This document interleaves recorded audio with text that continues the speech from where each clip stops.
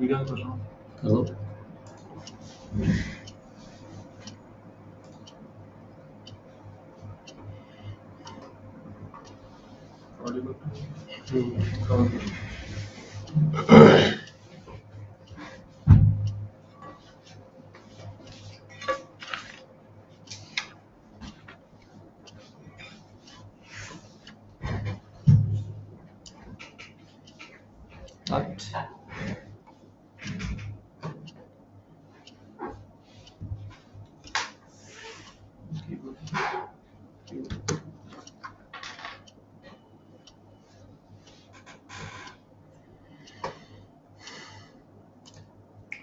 Late us start. Good morning everybody. ਅੱਜ ਅਸੀਂ discuss ਕਰਨ ਜਾ ਰਹੇ ਹਾਂ ਪੇਪਰ ਨੰਬਰ 6 ਨੈਪਸੀਲਰ examination paper number 6 Indian evidence act. ਇਹ ਨਵੀਂ ਬੁੱਕ ਹੈਗੀ ਹੈ। ਇਸ ਤੋਂ ਪਹਿਲਾਂ ਅਸੀਂ ਪੜ੍ਹ ਕੇ ਗਏ ਹਾਂ ਪੇਪਰ ਨੰਬਰ 6 ਦੇ regarding civil procedure code CPC 1860। Now we will discuss today Indian evidence act 1872। ਤੁਸੀਂ ਦੇਖ ਰਹੇ ਹੋ ਜਿਹੜਾ ਇਹ ਐਕਟ ਹੈ 1872 ਦੇ ਵਿੱਚ ਜਿਹੜਾ ਇਨਫੋਰਸਮੈਂਟ ਦੇ ਵਿੱਚ ਆਇਆ ਸੀਗਾ, ਬ੍ਰਿਟਿਸ਼ ਇੰਡੀਆ ਦੇ ਵੇਲੇ ਦੀ ਗੱਲ ਹੈਗੀ ਹੈ। ਇਸ ਐਕਟ ਦੀ ਕੀ ਖਾਸੀਅਤ ਹੈ? ਸਭ ਤੋਂ ਪਹਿਲਾਂ ਇਹਦੀ ਪ੍ਰੀਐਂਬਲਸ ਬਾਰੇ ਜਾਣਕਾਰੀ ਦਈਏ। ਇਸ ਐਕਟ ਦੀ ਖਾਸੀਅਤ ਕੀ ਹੈ?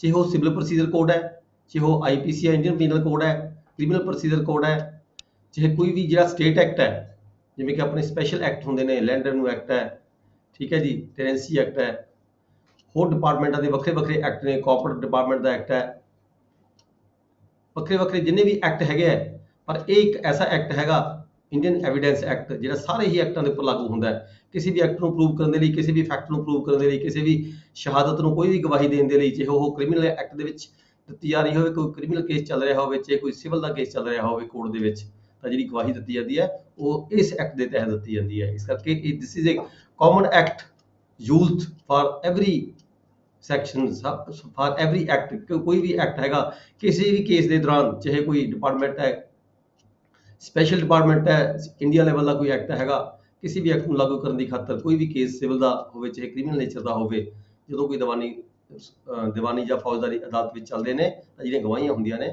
ਇਸ ਐਕਟ ਦੇ ਆਧਾਰ ਤੇ ਹੁੰਦੀਆਂ ਨੇ। ਕਿਹੜੀ ਗਵਾਹੀ ਮੰਨਣਯੋਗ ਹੈ, ਕਿਹੜੀ ਗਵਾਹੀ ਮੰਨਣਯੋਗ ਨਹੀਂ ਹੈਗੀ, ਓਰਲ ਐਵੀਡੈਂਸ ਕੀ ਹੁੰਦੀ ਹੈ, ਰਿਟਨ ਐਵੀਡੈਂਸ ਕੀ ਹੁੰਦੀ ਹੈ, ਡਾਕੂਮੈਂਟਰੀ ਐਵੀਡੈਂਸ ਕੀ ਹੁੰਦੀ ਹੈ, ਠੀਕ ਹੈ, ਕਨਫੈਸ਼ਨ ਕੀ ਹੁੰਦੀ ਹੈ, ਐਡਮਿਸ਼ਨ ਕੀ ਹੁੰਦੀ ਹੈ, ਉਹ ਸਾਰੀਆਂ ਹੀ ਇਸ ਜਿਹੜਾ ਹੈਗਾ ਇਹ ਐਵੀਡੈਂਸ ਐਕਟ ਦੇ ਵਿੱਚ ਅਸੀਂ ਡਿਸਕਸ ਕਰਾਂਗੇ। This is very important act, ਠੀਕ ਹੈ ਜੀ। ਇਹ ਕਦੋਂ ਇਨਫੋਰਸਮੈਂਟ ਵਿੱਚ ਆਇਆ ਸੀਗਾ? ਇਹ ਆਇਆ ਸੀਗਾ 1 ਡੇ ਆਫ ਸੈਪਟੰਬਰ 1872, ਯਾਨੀ ਕਿ ਬ੍ਰਿਟਿਸ਼ ਇੰਡੀਆ ਵੱਲੋਂ ਜਿਹੜਾ ਇਹ ਐਕਟ ਸੀਗਾ ਬਣਾਇਆ ਗਿਆ ਸੀਗਾ। ਉਸ ਵੇਲੇ ਤੋਂ ਹੀ ਇਹ ਜਿਹੜਾ ਇਨਫੋਰਸਮੈਂਟ ਚੱਲਿਆ ਆ ਰਿਹਾ ਹੈ। ਇਹਦੇ ਵਿੱਚ ਸਮੇਂ-ਸਮੇਂ ਤੇ ਜਿਹੜੀ ਤਬਦੀਲੀ ਕੀਤੀ ਜਾ ਰਹੀ ਹੈ। ਕੋਰਟ ਕਿਹਨੂੰ ਕਿਹਾ ਗਿਆ ਹੈ? ਡੈਫੀਨੇਸ਼ਨ ਕਲਾਜ਼ ਇਹਦੀ ਹੈਗੀ ਹੈ interpretation clause, clause number 3। Interpretation clause ਯਾਨੀ ਕਿ ਡੈਫੀਨੇਸ਼ਨ ਕਲਾਜ਼। ਕੋਰਟ ਕਿਹਨੂੰ ਕਿਹਾ ਗਿਆ? ਕੋਰਟ ਜੱਜ ਦੀ ਕੋਰਟ ਹੋ ਸਕਦਾ ਹੈ, ਮੈਜਿਸਟ੍ਰੇਟ ਦੀ ਵੀ ਕੋਰਟ ਹੋ ਸਕਦੀ ਹੈ, ਜਾਂ ਹੋਰ ਵੀ ਕੋਈ ਆਰਬੀਟਰੇਟਰ ਹੈਗਾ ਉਹਦੀ ਵੀ ਕੋਰਟ ਕਿਹਾ ਜਾ ਸਕਦਾ ਹੈ। ਫੈਕਟ ਕੀ ਹੁੰਦਾ ਹੈ? Fact in issue. ਫੈਕਟ ਕੀ ਹੁੰਦਾ ਹੈ?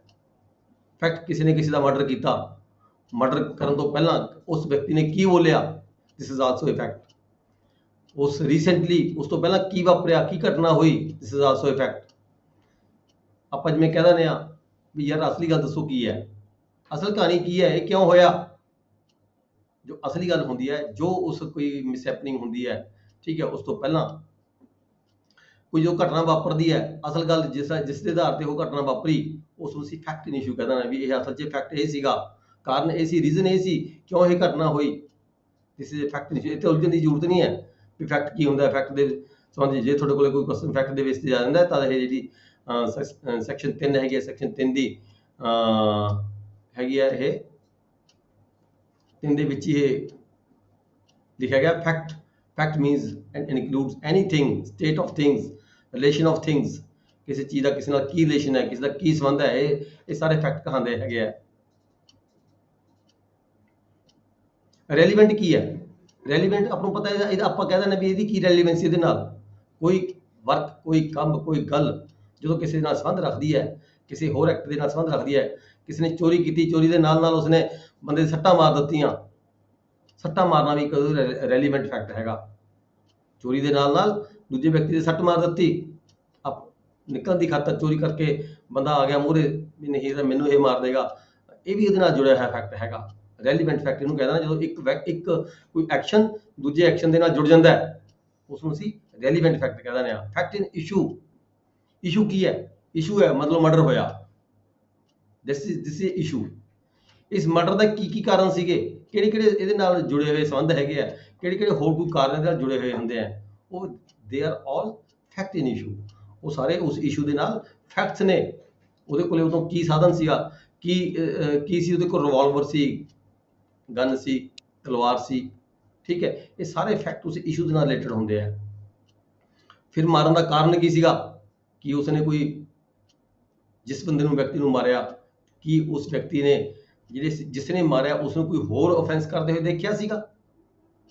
ਜੇ ਹੋਰ ਆਫੈਂਸ ਕਰਦੇ ਹੋਏ ਦੇਖਿਆ ਸੀ ਤਾਂ ਉਹਨੂੰ ਇਸ ਗੱਲ ਦਾ ਡਰ ਸੀਗਾ ਵੀ ਕੱਲ ਨੂੰ ਇਹ ਬੰਦਾ ਮੇਰੇ ਖਿਲਾਫ ਗਵਾਹੀ ਦੇਵੇਗਾ, ਠੀਕ ਹੈ। ਇਸ ਕਰਕੇ ਇਹਨੂੰ ਵੀ ਖਤਮ ਕਰ ਦਿਓ। ਦਿਸ is also fact in issue. ਇਹਨੂੰ ਅਸੀਂ ਫੈਕਟ ਇਨ ਇਸ਼ੂ ਕਹਿ ਦਿੰਦੇ ਆ। ਜਦੋਂ ਕੋਈ ਕਿਸੇ ਕੰਮ ਦੀ, ਕਿਸੇ ਆਫੈਂਸ ਦੀ, ਕਿਸੇ ਵਰਕ ਦੀ, ਕਿਸੇ ਐਕਸ਼ਨ ਦੀ ਕਿਸੇ ਦੂਜੇ ਦੇ ਨਾਲ ਰੈਲੀਵੈਂਸੀ ਹੁੰਦੀ ਹੈ, ਦੈਟ ਇਜ਼ ਰੈਲੀਵੈਂਟ ਫੈਕਟ। ਜਦੋਂ ਕੋਈ ਮੇਨ ਚੀਜ਼ ਜਿਹੜੀ ਹੁੰਦੀ ਹੈ ਇਸ਼ੂ ਦੇ ਵਿੱਚ, ਫੈਕਟ ਦੇ ਵਿੱਚ ਕੋਈ ਇਸ਼ੂ ਮੇਨ ਐਕਟ ਹੁੰਦਾ ਕਿ ਮਰਡਰ ਹੋਇਆ ਨਹੀਂ ਹੋਇਆ, ਠੀਕ ਹੈ। This is a fact in issue.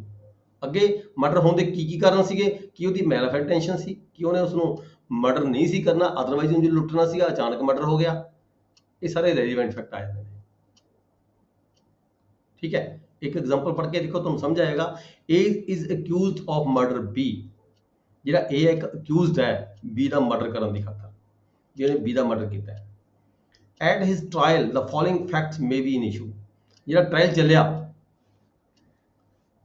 A ਦੇ ਖਿਲਾਫ, ਟ੍ਰਾਇਲ ਚੱਲਿਆ B ਦੇ ਮਰਡਰ ਦਾ, B ਦੇ ਕਤਲ ਦਾ ਟ੍ਰਾਇਲ ਚੱਲਿਆ A ਦੇ ਖਿਲਾਫ, ਤਾਂ ਉਸ ਟ੍ਰਾਇਲ ਦੇ ਵਿੱਚ ਕਿਹੜੇ ਕਿਹੜੇ ਫੈਕਟ ਹੋ ਸਕਦੇ ਨੇ ਇਸ਼ੂ ਦੇ? ਇਸ਼ੂ ਕੀ ਸੀਗਾ? ਹੋਰ ਕਿਹੜੇ ਕਿਹੜੇ ਫੈਕਟ ਹੋ ਸਕਦੇ ਨੇ? ਦੇਖੋ, ਮੇਨ ਤਾਂ ਇਹ ਸੀ that A caused B's death. ਵੀ ਮੇਨ ਇਸ਼ੂ ਇਹ ਹੈਗਾ ਵੀ ਕੀ ਇਹਦੇ ਕਾਰਨ B ਦੀ ਡੈਥ ਹੋਈ ਹੈ? ਇਹਦੇ ਕਾਰਨ B ਦੀ ਡੈਥ ਹੋਈ ਹੈ, this is a major issue. ਇਹੀ ਤਾਂ ਪ੍ਰੂਵ ਕਰਨਾ ਹੈ। ਫਿਰ ਦੂਜਾ ਕਾਰਨ ਇਹ ਆ ਜਾਂਦਾ ਹੈ ਵੀ ਇਹ ਡੈਥ, ਮਰਡਰ ਕਰਨ ਦਾ ਕਾਰਨ ਕੀ ਸੀਗਾ? ਉਹਦੀ ਮਨ ਦੀ ਇੱਛਾ ਸੀਗੀ ਜਾਂ ਅਚਾਨਕ ਹੋ ਗਿਆ? ਇੰਟੈਂਸ਼ਨ ਕੀ ਸੀਗੀ? ਇਹ ਵੀ ਇੱਕ ਇਸ਼ੂ ਹੈ। Fact may be in issue. Intention ਕੀ ਸੀ ਉਹਦੇ ਮਾਰਨ ਦਾ ਇਰਾਦਾ ਸੀ ਜਾਂ ਮਾਰਨ ਦਾ ਇਰਾਦਾ ਨਹੀਂ ਸੀ, ਠੀਕ ਹੈ। ਸੈਕਸ਼ਨ 299 ਚ ਆਏਗਾ ਜਾਂ ਸੈਕਸ਼ਨ 300 ਚ ਆਏਗਾ, 302 ਚ ਆਏਗਾ। ਜੇ ਮਾਰਨ ਦਾ ਇਰਾਦਾ ਨਹੀਂ ਸੀਗਾ, ਡੈਥ ਹੋ ਗਈ, ਅਚਾਨਕ ਡੈਥ ਹੋ ਗਈ ਬੰਦੇ ਦੀ, ਮਾਰਨ ਦਾ ਇਰਾਦਾ ਨਹੀਂ ਸੀਗਾ, ਤਾਂ ਸੈਕਸ਼ਨ 299 ਆ ਜਾਂਦਾ ਹੈ, ਠੀਕ ਹੈ। ਮਤਲਬ ਇਹ ਫੈਕਟ ਇਸ਼ੂ ਹੈਗਾ। ਅਟੈਂਸ਼ਨ ਹੈ, ਇੱਕ ਜਿਹੜੀ ਅਟੈਂਸ਼ਨ ਹੈ ਉਸ ਵਿਅਕਤੀ ਦੀ, ਜਿਹੜੀ ਅਟੈਂਸ਼ਨ ਸੀਗੀ, ਉਹਨੂੰ ਮਾਰਨ ਦਾ ਇਰਾਦਾ ਸੀ ਜਾਂ ਨਹੀਂ ਸੀ। Attention is also a fact in issue. Main fact ਕੀ ਹੈ? A ਨੇ B ਦਾ ਮਰਡਰ ਕੀਤਾ ਹੈ, ਠੀਕ ਹੈ। ਕਿਹੜੇ ਕਿਹੜੇ ਫੈਕਟ ਇਸ਼ੂ ਵਿੱਚ ਹੋ ਸਕਦੇ ਨੇ? that A had received grave and sudden provocation from the B। ਕਿ ਜਦੋਂ B ਦੀ ਡੈਥ ਹੋਈ ਕਿ A ਨੇ ਉਹਨੂੰ ਕੋਈ ਮੰਦਾ ਚੰਗਾ ਬੋਲਿਆ ਸੀਗਾ, ਅਚਾਨਕ ਕੋਈ ਐਸੀ ਗੱਲ ਕਹੀ ਸੀ ਜਿਹੜੀ ਗੱਲ ਸੁਣ ਕੇ ਉਹਦਾ ਜਿਹੜਾ ਹੈਗਾ ਸੀ ਗੁੱਸਾ ਭੜਕ ਗਿਆ। A had received grave provocation। ਅਚਾਨਕ ਉਹਨੂੰ ਕਿਹਾ, ਭੈਣ ਚੋ ਤੂੰ ਜੇ ਐਸੀ ਵੈਸੀ ਗੱਲ ਕੱਢ ਕੇ ਉਹਨੂੰ ਕਹਿਤਾ ਵੀ ਤੈਂ ਚੂੜੀਆਂ ਪਾਈਆਂ ਹੋਈਆਂ ਨੇ, ਫਲਾਣਾ ਟਮਕੜਾ, ਐਸੀ ਕੋਈ ਉਹਨੂੰ ਪ੍ਰੋਵੋਕ ਕਰ ਦਿੱਤਾ, ਉਸ ਨੂੰ ਬੰਦੇ ਨੂੰ ਭੜਕਾ ਦਿੱਤਾ। ਕਿ ਉਸਨੇ ਭੜਕਾਇਆ ਸੀ B ਨੇ ਜਾਂ ਨਹੀਂ ਭੜਕਾਇਆ ਸੀ?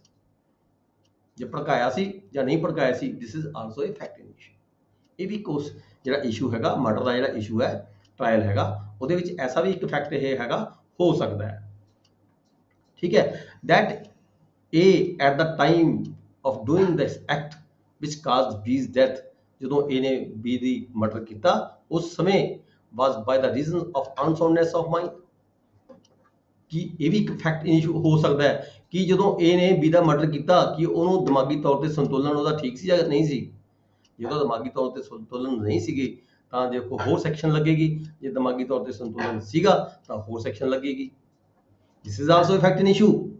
ਇਹ ਟ੍ਰਾਇਲ ਦੇ ਵਿੱਚ ਕਈ ਫੈਕਟ ਹੋ ਸਕਦੇ ਨੇ, ਕਈ ਰੀਜ਼ਨ ਹੋ ਸਕਦੇ ਨੇ, ਜਿਹਦੇ ਨਾਲ ਕੀ ਹੁੰਦਾ, ਤੁਹਾਡੀ ਜਿਹੜੀ ਸੈਕਸ਼ਨ ਹੈ ਉਹ ਚੇਂਜ ਹੋ ਜਾਂਦੀ ਹੈ, ਰੀਜ਼ਨ ਚੇਂਜ ਹੋ ਜਾਂਦਾ। ਮਰਡਰ ਦਾ ਜਿਹੜਾ ਐਕਸ਼ਨ ਨੇ, ਸੈਕਸ਼ਨ ਨੇ, ਠੀਕ ਹੈ, ਉਹ ਬਦਲ ਜਾਂਦੇ ਨੇ ਸਾਰੇ। ਇਹ ਜਿਹੜੇ ਫੈਕਟ ਨੇ, ਇੱਕ ਆਪਾਂ ਪੜ੍ਹ ਕੇ ਦੇਖਿਆ ਇੱਕ ਟ੍ਰਾਇਲ ਦੇ ਵਿੱਚ ਕਿਹੜੇ ਕਿਹੜੇ ਜਿਹੜੇ ਫੈਕਟ ਹੈਗੇ ਉਹ ਹੋ ਸਕਦੇ ਹੈਗੇ ਆ। ਅਟੈਂਸ਼ਨ ਵੀ ਹੋ ਸਕਦੀ ਹੈ, ਗ੍ਰੇਵ ਪ੍ਰੋਵੋਕੇਸ਼ਨ ਵੀ ਹੋ ਸਕਦੀ ਹੈ, ਸਡਨ ਪ੍ਰੋਵੋਕੇਸ਼ਨ, ਫਿਰ was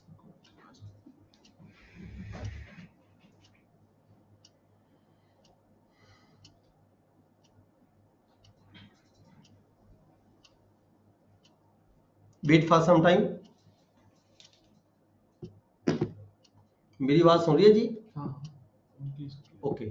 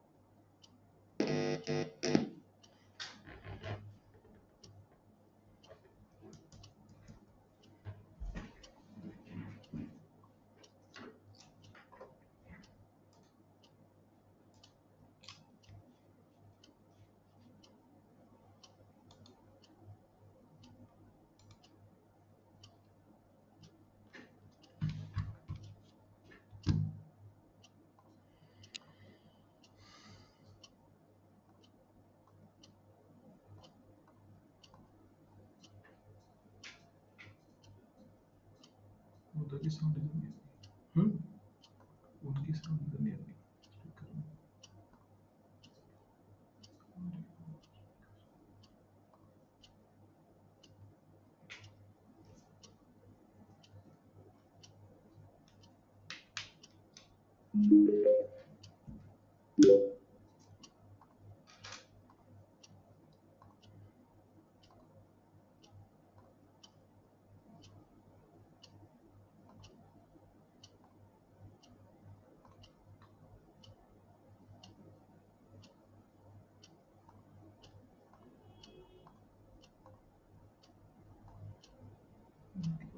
कोई बात नहीं, नहीं आती साउंड, कोई बात नहीं।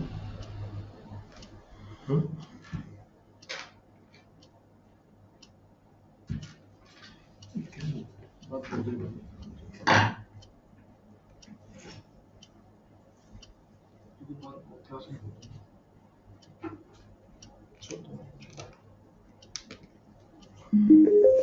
ऑफ तो नहीं पाया नीचे? तो नीचे तो ऑफ तो नहीं, नीचे स्विच। ਤੁਹਾਡੀ ਜਿਹੜੀ ਆਵਾਜ਼ ਹੈ ਜੀ ਮੈਨੂੰ ਨਹੀਂ ਆ ਰਹੀ। ਕਿਸੇ ਨੇ ਕੋਈ ਕੁਐਸਚਨ ਹੁੰਦਾ ਹੈ? ਕੋਈ ਟੈਕਨੀਕਲ ਪ੍ਰੋਬਲਮ ਹੈਗੀ ਹੈ ਸਿਸਟਮ ਦੇ ਵਿੱਚ?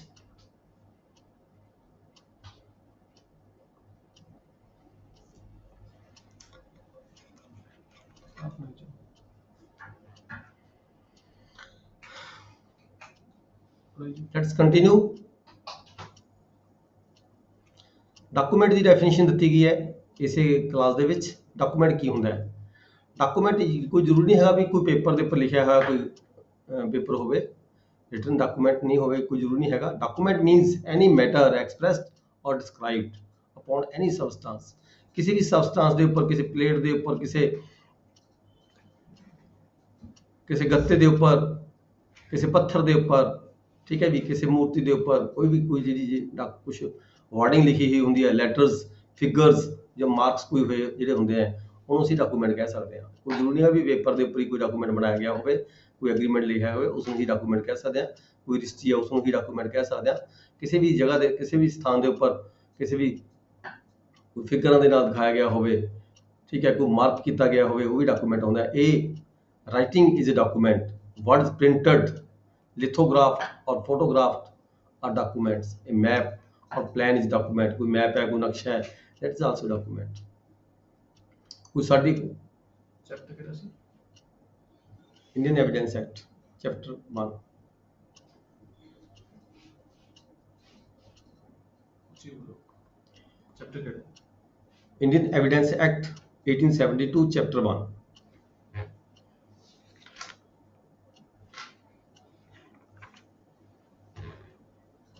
Let's continue. ट्यूसडे पेपर 2 नहीं होता क्वेश्चन? ट्यूसडे पेपर 2 नहीं होता क्वेश्चन कुछ नहीं? ਨਹੀਂ ਅੱਜ ਅਸੀਂ ਕੱਲ ਕਿਹਾ ਸੀਗਾ ਵੀ ਐਵੀਡੈਂਸ ਐਕਟ ਪੜ੍ਹਾਉਣਾ ਹੈ, ਪੇਪਰ ਨੰਬਰ 6 ਪੜ੍ਹਾਉਣਾ ਹੈਗਾ, ਇਹਦੀ ਗੱਲ ਹੋਈ ਸੀ।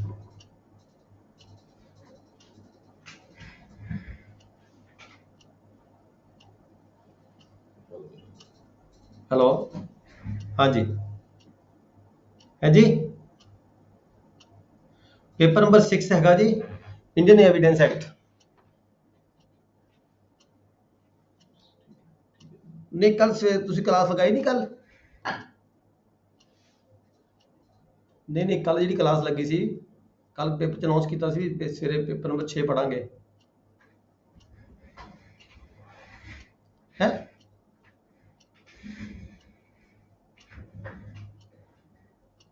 कोई गल नहीं अज 6 नंबर, कल मैं कल कहा सी ना भी कल पेपर नंबर 6 का सिलेबस पिया सीगा, पेपर सैकंड अगली बारी मैं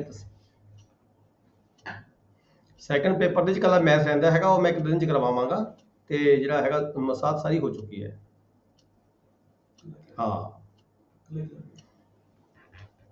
ਉਹਦਾ ਜਿਹੜਾ ਸ਼ਡਿਊਲ ਹੈ मैं भेजांगा जी।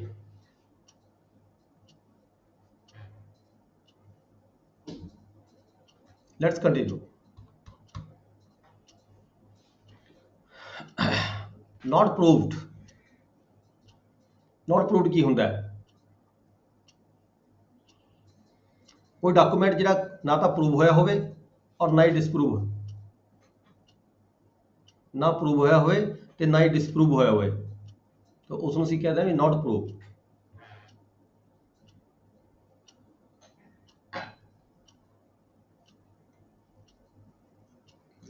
ਇਹ ਕਿਹੜਾ ਬਕਵਾਸ ਮਾਰ ਰਿਹਾ ਜੀ? ਇਹਨੂੰ ਡਿਲੀਟ ਕਰੋ, ਕੌਣ ਹੈ ਬੰਦਾ? ਇਹ ਕਿਹੜਾ ਬਕਵਾਸ ਮਾਰ ਰਿਹਾ ਜੀ ਕਲਾਸ ਦੇ ਵਿੱਚ? ਕੌਣ ਹੈ ਜਿਹੜਾ ਬੋਲ ਰਿਹਾ ਤਾਂ?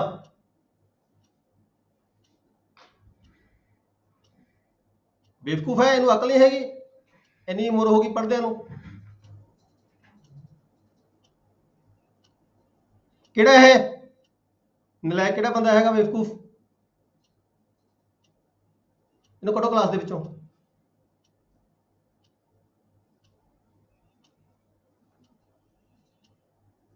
कौन है पेपर नंबर 2 वाला जी? इन्हों क्लास आउट करो।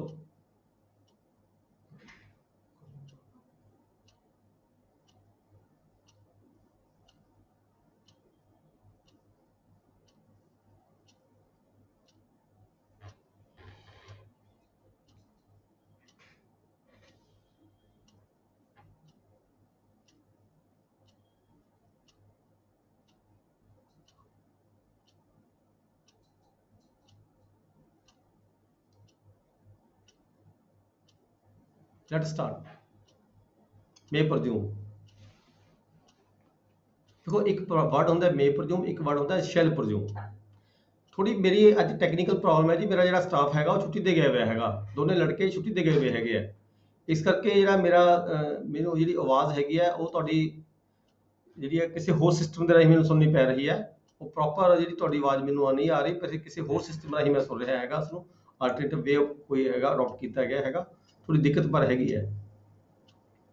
मे प्रज्यूम होंदा कि शैल प्रज्यूम होंदा है।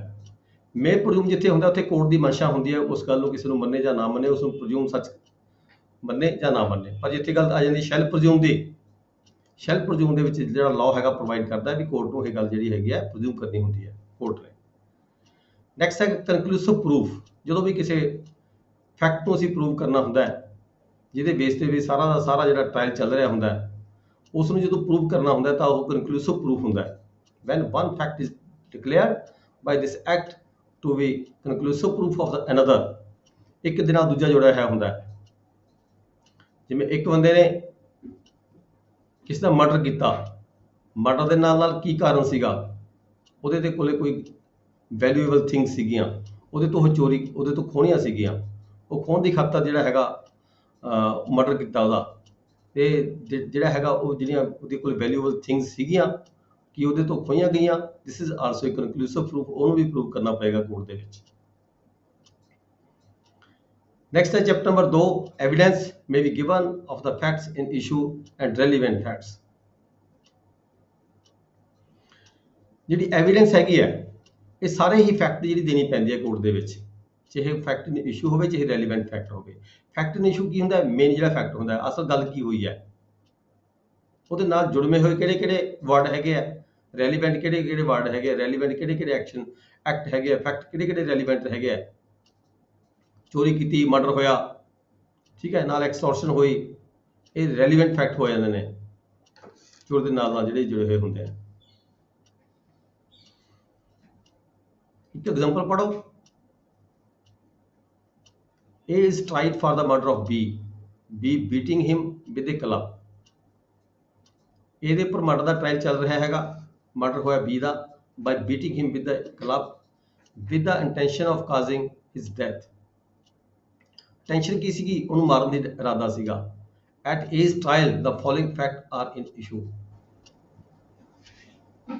ਇਹਦੇ ਖਿਲਾਫ ਜਿਹੜਾ ਟ੍ਰਾਇਲ ਚੱਲਿਆ ਤਾਂ ਕਿਹੜੇ ਕਿਹੜੇ ਫੈਕਟ ਸੀਗੇ ਇਸ਼ੂ ਦੇ ਵਿੱਚ? ਉਹ ਕਿਹੜੇ ਕਿਹੜੇ ਸੀਗੇ? ਕੀ A is beating B with club, ਕਿ B ਨੂੰ A ਨੇ ਕਲੱਬ ਦੇ ਨਾਲ ਬੀਟ ਕੀਤਾ।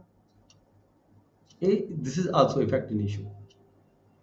A is causing B's death by such beating, ਕਿ ਉਸ beating ਦੇ ਨਾਲ ਹੀ ਜਿਹੜੀ A ਦੀ ਡੈਥ ਹੋਈ ਹੈ। This is also a fact in issue. A is attention ਕੀ ਸੀਗੀ? A is attention to cause B's death. ਇਹਦਾ ਕੀ ਇਰਾਦਾ ਸੀਗਾ? ਉਹਨੇ ਮਾਰਨ ਦਾ ਇਰਾਦਾ ਸੀਗਾ ਜਾਂ ਨਹੀਂ ਸੀਗਾ? ਇਹ ਸਾਰੇ ਜਿਹੜੇ ਹੈਗੇ ਨੇ ਇਹ ਐਵੀਡੈਂਸ ਦੇ ਰਾਹੀਂ ਪ੍ਰੂਵ ਕਰਨੇ ਪੈਣਗੇ। ਇਹ ਸਾਰੇ ਜਿਹੜੇ ਹੈਗੇ ਨੇ ਇਸ਼ੂ ਦੇ ਵਿੱਚ ਜਿਹੜੇ ਫੈਕਟ ਨੇ ਰੈਲੀਵੈਂਟ ਫੈਕਟ ਹੈਗੇ। Then section 6 relevancy of the facts forming part of same transaction. ਇੱਕ ਟ੍ਰਾਂਜੈਕਸ਼ਨ ਦੇ ਵਿੱਚ ਕਈ ਜਿਹੜੇ ਫੈਕਟ ਹੁੰਦੇ ਆ ਰੈਲੀਵੈਂਟ ਹੁੰਦੇ ਆ। Facts which though not in issue are to be connected with the fact in issue as to the part of the same transaction। ਇੱਕ ਟ੍ਰਾਂਜੈਕਸ਼ਨ ਦੇ ਨਾਲ ਕੋਈ ਫੈਕਟ ਹੋਰ ਵੀ ਹੋ ਸਕਦਾ ਹੈ ਜਿਹੜਾ ਉਹਦੇ ਨਾਲ ਰਿਲੇਟਡ ਹੁੰਦਾ ਹੈ। ਜਿਵੇਂ ਐਗਜ਼ਾਮਪਲ ਪੜ੍ਹ ਕੇ ਦੇਖੋ ਤਾਂ ਤੁਹਾਨੂੰ ਸਮਝ ਲੱਗ ਜਾਏਗਾ ਇਹਦੇ ਵਿੱਚ। A is accused of the murder of B। ਇਹਦੇ ਅਗੇਂਸਟ B ਦੇ ਮਰਡਰ ਦਾ ਜਿਹੜਾ ਦੋਸ਼ ਲੱਗਿਆ ਹੋਇਆ ਹੈ by beating him, ਉਹਨੂੰ ਮਾਰਨ ਦੇ ਨਾਲ B ਦਾ ਮਰਡਰ ਹੋਇਆ। Whatever was the said or done by A or B, A और B ਦੇ ਵਿਚਕਾਰ or bystanders at the beating, ਉਸ ਸਮੇਂ shortly before the or after the form part of the transaction, ਜਦੋਂ ਇਹ beating ਹੋਈ ਹੈ ਉਸ ਤੋਂ ਥੋੜਾ ਪਹਿਲਾਂ ਜਾਂ ਥੋੜਾ ਬਾਅਦ ਕੀ ਹੋਇਆ? ਕੀ ਘਟਨਾ ਵਾਪਰੀ? ਕੀ ਕਿਸੇ ਗੱਡੀ ਨੂੰ ਲੈ ਕੇ ਪਾਰਕਿੰਗ ਨੂੰ ਲੈ ਕੇ ਕੋਈ ਝਗੜਾ ਹੋਇਆ? ਠੀਕ ਹੈ, ਕੀ ਉਸ ਤੋਂ ਪਹਿਲਾਂ ਹੋਇਆ ਅਚਾਨਕ ਜਿਸ ਦੇ ਕਾਰਨ ਇਹ ਜਿਹੜਾ ਹੈਗਾ ਮਰਡਰ ਹੋਇਆ?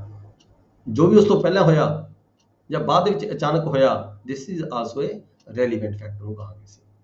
ਮੰਨ ਲਓ ਜਿਹੜੀ ਗੱਲ ਕਿਸੇ ਗੱਲ ਤੇ ਝਗੜਾ ਪਿਆ, ਲੜਾਈ ਹੋਈ, ਬੰਦੇ ਦੀ ਮਰਡਰ ਹੋ ਗਿਆ, ਜਿਹੜਾ ਵੀ ਕਾਰਨ ਕੋਈ ਸੀਗਾ ਉਸ ਤੋਂ ਪਹਿਲਾਂ ਸਡਨ ਥੋੜੀ ਦੇਰ ਪਹਿਲਾਂ ਕੀ ਹੋਇਆ, ਠੀਕ ਹੈ, ਉਹ ਵੀ ਇੱਕ ਫੈਕਟ ਇਸ਼ੂ ਹੋ ਸਕਦਾ ਹੈਗਾ ਜਿਸ ਕਰਕੇ ਜਿਹੜਾ ਹੈਗਾ ਮਰਡਰ ਹੋਇਆ।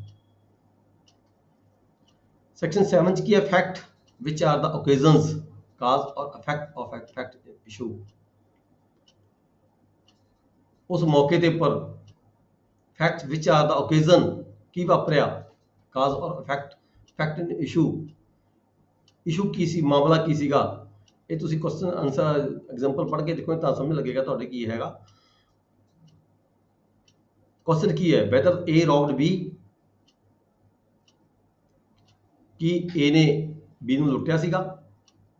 The fact that shortly before the robbery ਤੋਂ ਥੋੜਾ ਜਿਹਾ ਪਹਿਲਾਂ ਕੀ ਹੋਇਆ?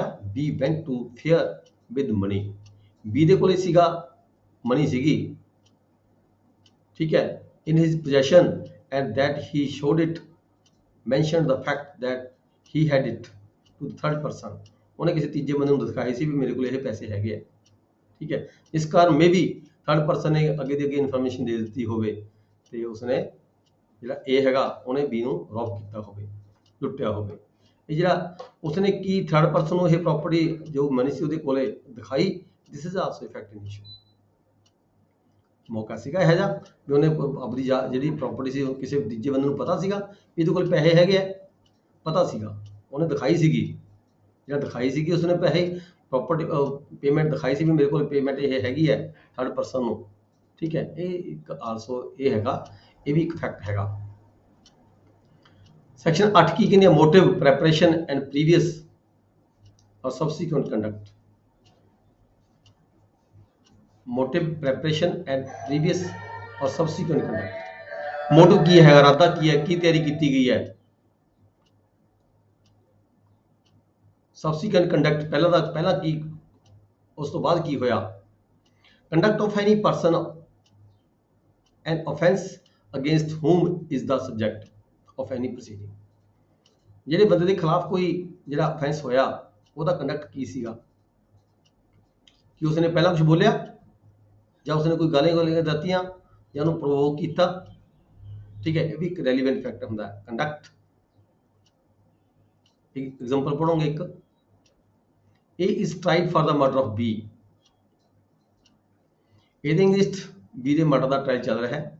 The fact that A murdered C, ਕੀ ਕਾਰਨ ਹੈਗਾ, A ਨੇ C ਦਾ ਮਰਡਰ ਕੀਤਾ ਸੀਗਾ ਜਿਹਦੇ ਬਾਰੇ B ਨੂੰ ਜਾਣਕਾਰੀ ਸੀਗੀ। ਠੀਕ ਹੈ, A ਦੇ ਖਿਲਾਫ ਟ੍ਰਾਇਲ ਚੱਲ ਰਿਹਾ, ਮਰਡਰ ਦਾ ਕੇਸ ਚੱਲ ਰਿਹਾ B ਦੇ ਖਿਲਾਫ, B ਦਾ ਮਰਡਰ ਕੀਤਾ A ਨੇ। ਠੀਕ ਹੈ, ਫੈਕਟ ਕੀ ਹੈ, ਅਸਲੀ ਗੱਲ ਕੀ ਸੀਗੀ, ਫੈਕਟ ਇਸ਼ੂ ਇਹ ਸੀਗਾ ਵੀ A ਨੇ ਜਦੋਂ ਮਰਡਰ ਕੀਤਾ ਸੀ C ਦਾ, ਉਹਦੀ ਜਾਣਕਾਰੀ ਸੀ B ਨੂੰ। ਜਿਹੜਾ B ਸੀਗਾ ਉਸ ਨੂੰ ਬਲੈਕਮੇਲ ਕਰ ਰਿਹਾ ਸੀਗਾ, B ਬਲੈਕਮੇਲ ਕਰ ਰਿਹਾ ਸੀਗਾ A ਨੂੰ ਵੀ ਮੈਂ ਤੈਨੇ C ਦਾ ਮਰਡਰ ਕੀਤਾ, ਮੈਨੂੰ ਇਹਦੀ ਜਾਣਕਾਰੀ ਹੈਗੀ ਹੈ, ਤੇ ਉਹਨੂੰ ਡਰਾ ਰਿਹਾ ਸੀਗਾ ਤੇ ਉਹ ਤੋਂ ਐਕਸਟੋਰਟ ਕਰ ਰਿਹਾ ਸੀਗਾ। ਠੀਕ ਹੈ, ਉਹਨੂੰ ਬਲੈਕਮੇਲ ਕਰਕੇ ਉਹ ਤੋਂ ਪੈਸੇ ਲੈਣ ਦੀ ਕੋਸ਼ਿਸ਼ ਕਰ ਰਿਹਾ ਸੀਗਾ। ਇਸ ਕਰਕੇ ਜਿਹੜਾ ਮਰਡਰ ਹੋਇਆ ਉਹਨੇ B ਦਾ ਵੀ ਮਰਡਰ ਕਰ ਦਿੱਤਾ A ਨੇ। ਜਿਹੜਾ A murdered C, that B knew that A had murdered C and that B had tried to extort money from the A। B ਉਹਨੂੰ ਬਾਰ-ਬਾਰ ਤੰਗ ਕਰਕੇ ਉਹ ਤੋਂ ਪੈਸੇ ਲੈ ਰਿਹਾ ਸੀਗਾ A ਤੋਂ, ਵੀ ਨਹੀਂ ਤਾਂ ਮੈਂ ਤੈਨੂੰ ਫਸਾ ਦਾਂਗਾ ਮਰਡਰ ਦੇ ਕੇਸ ਦੇ ਵਿੱਚ, ਕਿਉਂਕਿ ਤੈਨੇ C ਦਾ ਮਰਡਰ ਕੀਤਾ ਹੋਇਆ ਹੈਗਾ। threatening to make the knowledge public or relevant, ਇਹ ਵੀ ਇੱਕ ਫੈਕਟ, ਰੈਲੀਵੈਂਟ ਫੈਕਟ ਹੈਗਾ। ਵੀ ਕੀ ਰੈਲੀਵੈਂਟ ਫੈਕਟ ਹੈ, ਵੀ B ਨੂੰ ਜਾਣਕਾਰੀ ਸੀਗੀ A ਨੇ C ਦਾ ਮਰਡਰ ਕੀਤਾ।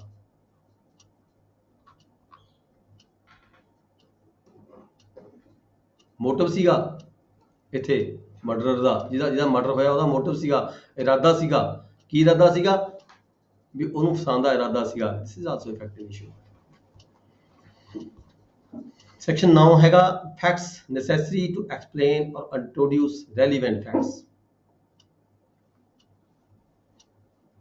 ਜਿਹੜੇ ਰੈਲੀਵੈਂਟ ਫੈਕਟ ਹੁੰਦੇ ਆ ਉਹਨਾਂ ਨੂੰ ਜਿਹੜਾ ਹੈਗਾ ਇੰਟਰੋਡਿਊਸ ਕਰਨਾ ਬਹੁਤ ਜ਼ਰੂਰੀ ਹੁੰਦਾ ਹੈ, ਜਿਹਦੇ ਨਾਲ ਹੀ ਜਿਹੜੀ ਅਸਲੀ ਗੱਲ ਦਾ ਪਤਾ ਲੱਗਦਾ ਹੈਗਾ। एग्जाम्पल पढ़ के दिखोगे, the question is whether a given document is the will of A. A given document is the will of A, कि कोई ਜਿਹੜਾ ਡਾਕੂਮੈਂਟ ਹੈਗਾ ਇਨ ਕੁਐਸਚਨ ਹੈਗਾ ਕਿ ਇਹ A ਦੀ ਵਿਲ ਹੈ, A ਦੀ ਵਿਲ ਹੈਗੀ ਹੈ ਜਾਂ ਨਹੀਂ ਹੈਗੀ, ਇਹ ਪ੍ਰੂਵ ਕਰਨ ਵਾਲੀ ਗੱਲ ਆ ਜਾਂਦੀ ਹੈ। The state of A's property, ਜੋ ਉਸ ਵਿਲ ਦੇ ਵਿੱਚ A ਦੀ ਪ੍ਰੋਪਰਟੀ ਦੇ ਬਾਰੇ ਕੋਈ ਜਾਣਕਾਰੀ ਦਿੱਤੀ ਵੀ ਹੈ। ਠੀਕ ਹੈ, A's property and of his family, A the property ਬਾਰੇ ਜਾਂ A the family the property ਬਾਰੇ ਕੋਈ ਜਾਣਕਾਰੀ ਦਿੱਤੀ ਗਈ ਹੈ at the date of that alleged will, ਜਦੋਂ ਉਹ ਵਿਲ ਕੀਤੀ ਗਈ ਹੈ, ਮੇ ਬੀ ਰੈਲੀਵੈਂਟ ਫੈਕਟ। ਰੌ ਤੱਕ ਇਸ ਗੱਲ ਦਾ ਸੀਗਾ ਵੀ ਕੀ ਇਹ ਜਿਹੜੀ ਵਿਲ ਹੈਗੀ ਹੈ A ਦੀ ਹੈਗੀ ਜਾਂ ਨਹੀਂ ਹੈਗੀ। ਇਸ ਗੱਲ ਨੂੰ ਪ੍ਰੂਵ ਕਰਨ ਦੀ ਖਾਤਰ ਜਿਸ ਵਿਲ ਦੇ ਵਿੱਚ ਕੋਈ ਪ੍ਰੋਪਰਟੀ ਦੀ ਜਾਣਕਾਰੀ ਦਿੱਤੀ ਗਈ ਸੀਗੀ ਕਿ ਇਹ ਪ੍ਰੋਪਰਟੀ A ਦੀ ਹੈਗੀ ਜਾਂ ਨਹੀਂ ਹੈਗੀ, ਇਹ ਪ੍ਰੋਪਰਟੀ ਉਹ A ਦੀ ਹੈਗੀ ਹੈ, ਦੈਟ ਇਜ਼ ਜੋ ਉਹਦੀ ਫੈਮਿਲੀ ਦੀ ਹੈਗੀ ਹੈ, that is presumed to be relevant fact, ਵੀ ਇਹ ਜਿਹੜੀ ਬਿੱਲ ਹੈਗੀ ਹੈ ਇਹ ਇਹਦੀ ਬਿੱਲ ਹੈਗੀ ਹੈ। ਨੈਕਸਟ ਆ ਜਾਂਦਾ things said or done by the conspirator in the reference to the common design। things said or done by the conspirator, ਜੋ ਕੋਈ ਸਾਜ਼ਿਸ਼ ਬਣਾ ਰਿਹਾ ਹੈਗਾ ਉਹਦੇ ਵੱਲੋਂ ਕੀ ਕੀਤਾ ਗਿਆ in the reference to the common design, ਕੋਈ ਕਾਮਨ ਟੈਂਸ਼ਨ ਦੇ ਨਾਲ ਕੁਝ ਬੰਦਿਆਂ ਨੇ ਮਿਲ ਕੇ ਕੋਈ ਪਲੈਨਿੰਗ ਬਣਾਈ, ਉਹਨਾਂ ਪਲੈਨਿੰਗ ਦੇ ਦੌਰਾਨ ਉਹਨੇ ਕੀ ਕੀਤਾ। ਠੀਕ ਹੈ, ਜੋ ਵੀ ਕੁਝ ਕੀਤਾ ਉਹ ਵੀ ਇੱਕ ਫੈਕਟ ਨਹੀਂ ਇਸ਼ੂ ਹੈਗਾ, ਰੈਲੀਵੈਂਟ ਫੈਕਟ ਹੈਗਾ। Reasonable ground exist for the believing that A has joined a conspiracy, ਇਹਦੀ ਇੱਕ ਐਗਜ਼ਾਮਪਲ ਹੈਗੀ ਹੈ ਰੀਜ਼ਨੇਬਲ ਗਰਾਊਂਡਸ ਐਗਜ਼ਿਸਟ, ਵੀ A ਨੇ ਜੁਆਇਨ ਕੀਤਾ ਕਨਸਪੀਰੇਸੀ ਦੇ ਵਿੱਚ, wage war against the state government, ਸਰਕਾਰ ਦੇ ਖਿਲਾਫ ਕੋਈ ਸਾਜ਼ਿਸ਼ ਬਣਾਉਣ ਦੀ ਖਾਤਰ ਕਿਸੇ ਬੰਦੇ ਨੇ ਕਿਸੇ ਕਨਸਪੀਰੇਸੀ ਦੇ ਵਿੱਚ ਸਾਜ਼ਿਸ਼ ਦੇ ਵਿੱਚ ਜੁਆਇਨ ਕੀਤਾ, ਦਿਸ ਇਜ਼ ਰੈਲੀਵੈਂਟ ਫੈਕਟ। ਕਿਸੇ ਕਨਸਪੀਰੇਸੀ ਵਿੱਚ ਸ਼ਾਮਲ ਹੋ ਜਾਣਾ, ਸੈਕਸ਼ਨ 10 ਕੀ ਕਹਿੰਦਾ ਹੈ, things said or done by the conspirator in the reference to the common tension. Common tension ਕੀ ਸੀ, ਕਾਮਨ ਡਿਜ਼ਾਈਨ ਕੀ ਸੀਗਾ, ਸਰਕਾਰ ਦੇ ਖਿਲਾਫ ਕੋਈ ਮੋਰਚਾ, ਉਹਨਾਂ ਨੇ ਕੋਈ ਨਾ ਕੋਈ ਪਲੈਨਿੰਗ ਬਣਾਉਣੀ ਸੀਗੀ। ਠੀਕ ਹੈ, ਉਹਦੇ ਇਸ ਕਰਕੇ ਉਹ ਜਿਹੜਾ ਹੈਗਾ ਉਸ ਦੇ ਵਿੱਚ ਕਨਸਪੀਰੇਸੀ ਦੇ ਵਿੱਚ ਸ਼ਾਮਲ ਹੋਇਆ, ਸ਼ਾਮਲ ਹੋਣਾ ਵੀ ਇੱਕ ਜਿਹੜਾ ਰੈਲੀਵੈਂਟ ਫੈਕਟ ਹੈਗਾ।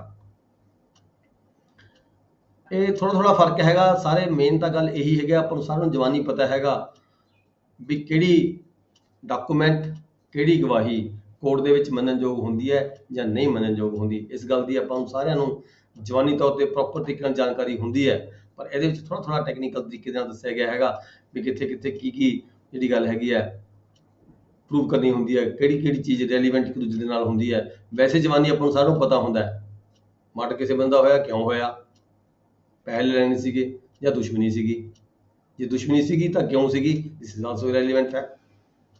when facts not otherwise relevant becomes relevant, ਕਈ ਵਾਰੀ ਕਹਿੰਦੇ ਫੈਕਟ ਜਿਹੜਾ ਹੁੰਦਾ ਹੈ ਰੈਲੀਵੈਂਟ ਨਹੀਂ ਹੁੰਦਾ ਪਰ ਉਹ ਰੈਲੀਵੈਂਟ ਬਣ ਜਾਂਦਾ ਹੈਗਾ।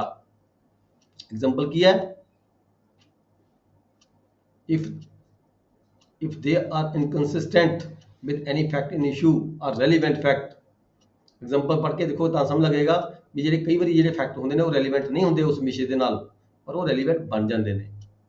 ਕਿਵੇਂ, ਜਿਵੇਂ ਉਹ ਬੰਦਾ ਸੀਗਾ ਉਹਦੇ ਤੇ ਮਰਡਰ ਦਾ ਦੋਸ਼ ਲੱਗਿਆ ਵੀ ਉਹਨੇ ਦਿੱਲੀ 'ਚ ਮਰਡਰ ਕਰ ਦਿੱਤਾ, ਪਰ ਉਹ ਬੰਦਾ ਤਾਂ ਉਸ ਵੇਲੇ ਕੈਲਕਟਾ ਦੇ ਵਿੱਚ ਸੀਗਾ, ਹਾਲਾਂਕਿ ਇਸ ਮਰਡਰ ਦੇ ਨਾਲ ਉਹਦਾ ਕੋਈ ਰੈਲੀਵੈਂਸੀ ਨਹੀਂ ਹੈਗੀ, ਪਰ ਜੇ ਉਹ ਕੈਲਕਟਾ ਦੇ ਵਿੱਚ ਸਾਬਤ ਹੋ ਜਾਂਦਾ ਤਾਂ ਉਹ ਜਿਹੜਾ ਫੈਕਟ ਹੈ ਜਿਹੜਾ ਉਹ ਵੀ ਰੈਲੀਵੈਂਟ ਬਣ ਜਾਂਦਾ ਹੈ। ਹਾਲਾਂਕਿ ਇਸ ਮਰਡਰ ਦੇ ਨਾਲ ਉਹ ਰੈਲੀਵੈਂਸੀ ਨਹੀਂ ਬਣਦੀ ਬੇਸ਼ੱਕ, ਪਰ ਜਦੋਂ ਉਹ ਸਾਬਤ ਹੁੰਦਾ ਵੀ ਉਹ ਤਾਂ ਮਰਡਰ ਕਲਕੱਤੇ 'ਚ ਹੋਇਆ, ਬੰਦਾ ਕੈਲਕਟਾ ਵਿੱਚ ਸੀਗਾ, ਕੈਲਕਟਾ 'ਚ ਕਿੱਥੇ ਰੁਕਿਆ ਹੋਇਆ ਸੀਗਾ, ਕਿਸੇ ਹੋਟਲ 'ਚ ਰੁਕਿਆ ਹੋਇਆ ਸੀ, ਉੱਥੇ ਉਹਦੀ ਹਾਜ਼ਰੀ ਪਈ ਹੈਗੀ, ਉੱਥੇ ਉਹਦੀ ਫੋਟੋ ਹੋ ਗਈਆਂ, ਫੋਟੋਗ੍ਰਾਫ ਹੈਗੀਆਂ, ਰੈਲੀਵੈਂਟ ਫੈਕਟ ਬਣ ਗਿਆ ਉਹਦੇ ਨਾਲ। ਐਗਜ਼ਾਮਪਲ ਕੀ ਹੈ, the question is whether A committed a crime at Calcutta on a certain day, ਕੀ ਕਹਿੰਦੇ ਏ ਨੇ ਕੋਈ ਕਲਕੱਤੇ 'ਚ ਕੋਈ ਕ੍ਰਾਈਮ ਕੀਤਾ ਕਿਸੇ ਪਰਟੀਕੂਲਰ ਡੇ ਦੇ ਵਿੱਚ, the fact that on that day he was at Lahore is relevant fact, ਵੀ ਇਹ ਤਾਂ ਲਾਹੌਰ ਦੇ ਵਿੱਚ ਸੀਗਾ ਉਸ ਦਿਨ। ਠੀਕ ਹੈ, ਆਪਾਂ ਨੂੰ ਜਵਾਨੀ ਪਤਾ ਸਾਰਿਆਂ ਨੂੰ, ਆਪਾਂ ਦੇਖਦੇ ਹਾਂ ਸਮਾਜ ਦੇ ਵਿੱਚ ਕਈ ਬੰਦੇ ਕੋਈ ਕ੍ਰਾਈਮ ਕਮਿਟ ਕਰਕੇ ਕੋਈ ਹਸਪਤਾਲ ਦਾਖਲ ਹੋ ਜਾਂਦਾ ਹੈ ਜੀ, ਕੋਈ ਕਿਤੇ ਬਾਹਰ ਜਾ ਕੇ ਆਪਣੀ ਹਾਜ਼ਰੀ ਪਵਾਉਂਦਾ, ਕੋਈ ਟ੍ਰੇਨ ਇੱਦਾਂ ਦਾ ਜਿਹੜਾ ਹੈਗਾ ਨੌਲੇਜ ਜਵਾਨੀ ਸਭ ਨੂੰ ਪਤਾ ਹੈਗੀ ਹੈ। ਠੀਕ ਹੈ, ਵੀ ਮੇਰੇ ਤੇ ਦੋਸ਼ ਨਹੀਂ ਲੱਗੇਗਾ, ਮੈਂ ਤਾਂ ਹਸਪਤਾਲ ਦਾਖਲ ਸੀ ਉਸ ਵੇਲੇ। ਬੰਦਾ ਵਾਲਾ ਕਹਿੰਦਾ ਵੀ ਇੰਨੇ ਵਜੇ ਮਰਡਰ ਕਮਿਟ ਹੋਇਆ ਕੈਲਕਟਾ ਦੇ ਵਿੱਚ, ਬੰਦਾ ਬੈਠਾ ਸੀ ਲਾਹੌਰ, ਜੇ ਬੰਦਾ ਲਾਹੌਰ ਬੈਠਾ ਸਾਬਤ ਹੋ ਜਾਂਦਾ ਹੈ, ਪ੍ਰੂਵ ਹੋ ਜਾਂਦਾ ਹੈਗਾ ਵੀ ਜਿਹੜਾ ਮਰਡਰ ਹੈਗਾ ਉਸਨੇ ਨਹੀਂ ਕੀਤਾ ਹੈਗਾ ਉਸ ਪਰਟੀਕੂਲਰ ਟਾਈਮ ਦੇ ਸੇਮ ਸਮੇਂ ਤੇ ਬੰਦਾ ਲਾਹੌਰ ਸੀ, ਸੇਮ ਸਮੇਂ ਤੇ ਜਿਹੜਾ ਜਿਸ ਸਮੇਂ ਤੇ ਮਰਡਰ ਕਮਿਟ ਹੋਇਆ ਕੈਲਕਟਾ ਦੇ ਵਿੱਚ, ਠੀਕ ਹੈ, ਉਸੇ ਸਮੇਂ ਤੇ ਬੰਦਾ ਲਾਹੌਰ ਬੈਠਾ ਸੀਗਾ, ਰੈਲੀਵੈਂਟ ਫੈਕਟ ਬਣ ਗਿਆ। Otherwise this fact was not N issue, but ਬਣ ਗਿਆ ਇਸ਼ੂ ਵਿੱਚ ਫੈਕਟ ਕ੍ਰੀਏਟ ਹੋ ਗਿਆ। Then as section 12 in the suits for the damages, the fact tending to enable court to determine amount are relevant. कोई damages ਦਾ suit ਹੈਗਾ,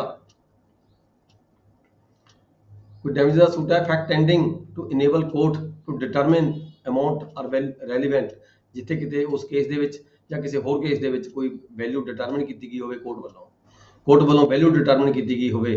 ਠੀਕ ਹੈ, in the suit in which damages are claimed, ਕਿਹੜਾ suit ਹੈਗਾ ਜਿਹਦੇ ਵਿੱਚ damages claim ਕੀਤੇ ਜਾ ਰਹੇ ਹਨ, any fact which will enable the court to determine the amount, ਕੋਈ ਵੀ ਫੈਕਟ ਹੈਗਾ ਜਿਸ ਤੋਂ ਜਿਹੜੀ ਕੋਰਟ ਹੈਗੀ ਹੈ ਉਹਦੀ ਵੈਲਿਊ ਡਿਟਰਮਿਨ ਕਰੇਗੀ, ਉਸ ਪ੍ਰਾਪਰਟੀ ਦੀ ਵੈਲਿਊ ਡਿਟਰਮਿਨ ਕਰੇਗੀ, ਜਿਹੜੀ ਪ੍ਰਾਪਰਟੀ ਨੂੰ ਡੈਮੇजेस ਹੋਈ ਹੈਗੀ ਹੈ ਉਹ ਵੀ ਫੈਕਟ ਇਨ ਇਸ਼ੂ ਬਣ ਜਾਂਦਾ ਹੈ, ਕਿਤੋਂ ਡਿਟਰਮਿਨ ਕਰਨੇ ਕੋਰਟ ਨੇ ਵੈਲਿਊ ਉਸ ਪ੍ਰਾਪਰਟੀ ਦੀ। Next section 13, facts relevant when right or custom is in question, ਜਦੋਂ ਰਾਈਟ ਜਾਂ ਕਸਟਮ ਕੋਈ ਕੁਐਸਚਨ ਹੋਵੇ, ਉਹਦਾ ਮਤਲਬ ਕਿ ਝਗੜਾ ਹੋਵੇ ਕਿਸੇ ਕਸਟਮ ਨੂੰ ਲੈ ਕੇ, ਕਿਸੇ ਰਾਈਟ ਨੂੰ ਲੈ ਕੇ, ਕਿਸੇ ਦੇ ਹੱਕਾਂ ਨੂੰ ਲੈ ਕੇ ਜਾਂ ਕਿਸੇ ਦੇ ਕਸਟਮ ਨੂੰ ਲੈ ਕੇ ਕੋਈ ਡਿਸਪਿਊਟ ਹੁੰਦਾ ਹੈਗਾ, ਉਹ ਕਦੋਂ ਜਿਹੜਾ ਰੈਲੀਵੈਂਟ ਫੈਕਟ ਬਣ ਜਾਂਦਾ ਹੈ, fact relevant when right or custom is in question, where the question is as to the existence of the right or custom, ਜਦੋਂ ਕੋਈ ਕੁਐਸਚਨ ਐਸਾ ਬਣ ਜਾਂਦਾ ਹੈ ਵੀ ਕੀ ਇਸ ਵਿਅਕਤੀ ਨੂੰ ਰਾਈਟ ਹੈਗਾ ਕਸਟਮ ਦੇ ਦੌਰਾਨ, ਇਸ ਕਸਟਮ ਜਿਵੇਂ ਕੋਈ ਕਹਿੰਦੇ ਨੇ ਵੀ ਕਿਸੇ ਨੂੰ ਮੰਦਿਰ 'ਚ ਵੜਨ ਦਾ ਅਧਿਕਾਰ ਹੈਗਾ ਨਹੀਂ ਹੈਗਾ, ਫਲਾਣੇ ਖੂਹ ਤੇ ਪਾਣੀ ਲੈ ਕੇ ਜਾਣ ਦਾ ਅਧਿਕਾਰ, ਲੈ ਕੇ ਆਉਣ ਦਾ ਅਧਿਕਾਰ ਹੈਗਾ ਨਹੀਂ ਹੈਗਾ, ਇਸ ਰਸਤੇ 'ਚ ਜਾਣ ਦਾ ਅਧਿਕਾਰ ਹੈਗਾ ਜਾਂ ਨਹੀਂ ਹੈਗਾ। ਠੀਕ ਹੈ, ਇਹ ਫਿਰ ਜਿਹੜੇ ਫੈਕਟ ਨੇ ਰੈਲੀਵੈਂਟ ਬਣ ਜਾਂਦੇ ਨੇ, ਪਰ ਫਿਰ ਇਹਨੂੰ ਪ੍ਰੂਵ ਕਿਵੇਂ ਕੀਤਾ ਜਾਂਦਾ ਹੈ, ਇਹ ਪੁਰਾਣੇ ਕਿਸੇ ਡਾਕੂਮੈਂਟ ਤੋਂ ਜਾਂ ਪੁਰਾਣੇ ਕਿਸੇ ਵਿਅਕਤੀ ਦੀ ਐਵੀਡੈਂਸ ਤੋਂ, ਜਦੋਂ ਬਜ਼ੁਰਗਾਂ ਨੇ ਕੋਈ ਰੂਲ ਬਣਾਏ ਹੋਏ ਹੁੰਦੇ ਨੇ, ਜਿਵੇਂ ਆਪਾਂ ਵਾਜੂ ਅੱਜ ਦੀ ਗੱਲ ਕਰ ਜਾਂਦੇ ਹਾਂ, ਠੀਕ ਹੈ, ਐਸੇ ਡਾਕੂਮੈਂਟ ਜਿਹੜੇ ਹੈਗੇ ਨੇ ਉਹਨਾਂ ਤੋਂ ਸਾਬਤ ਹੋ ਜਾਂਦੇ ਨੇ ਐਸੇ।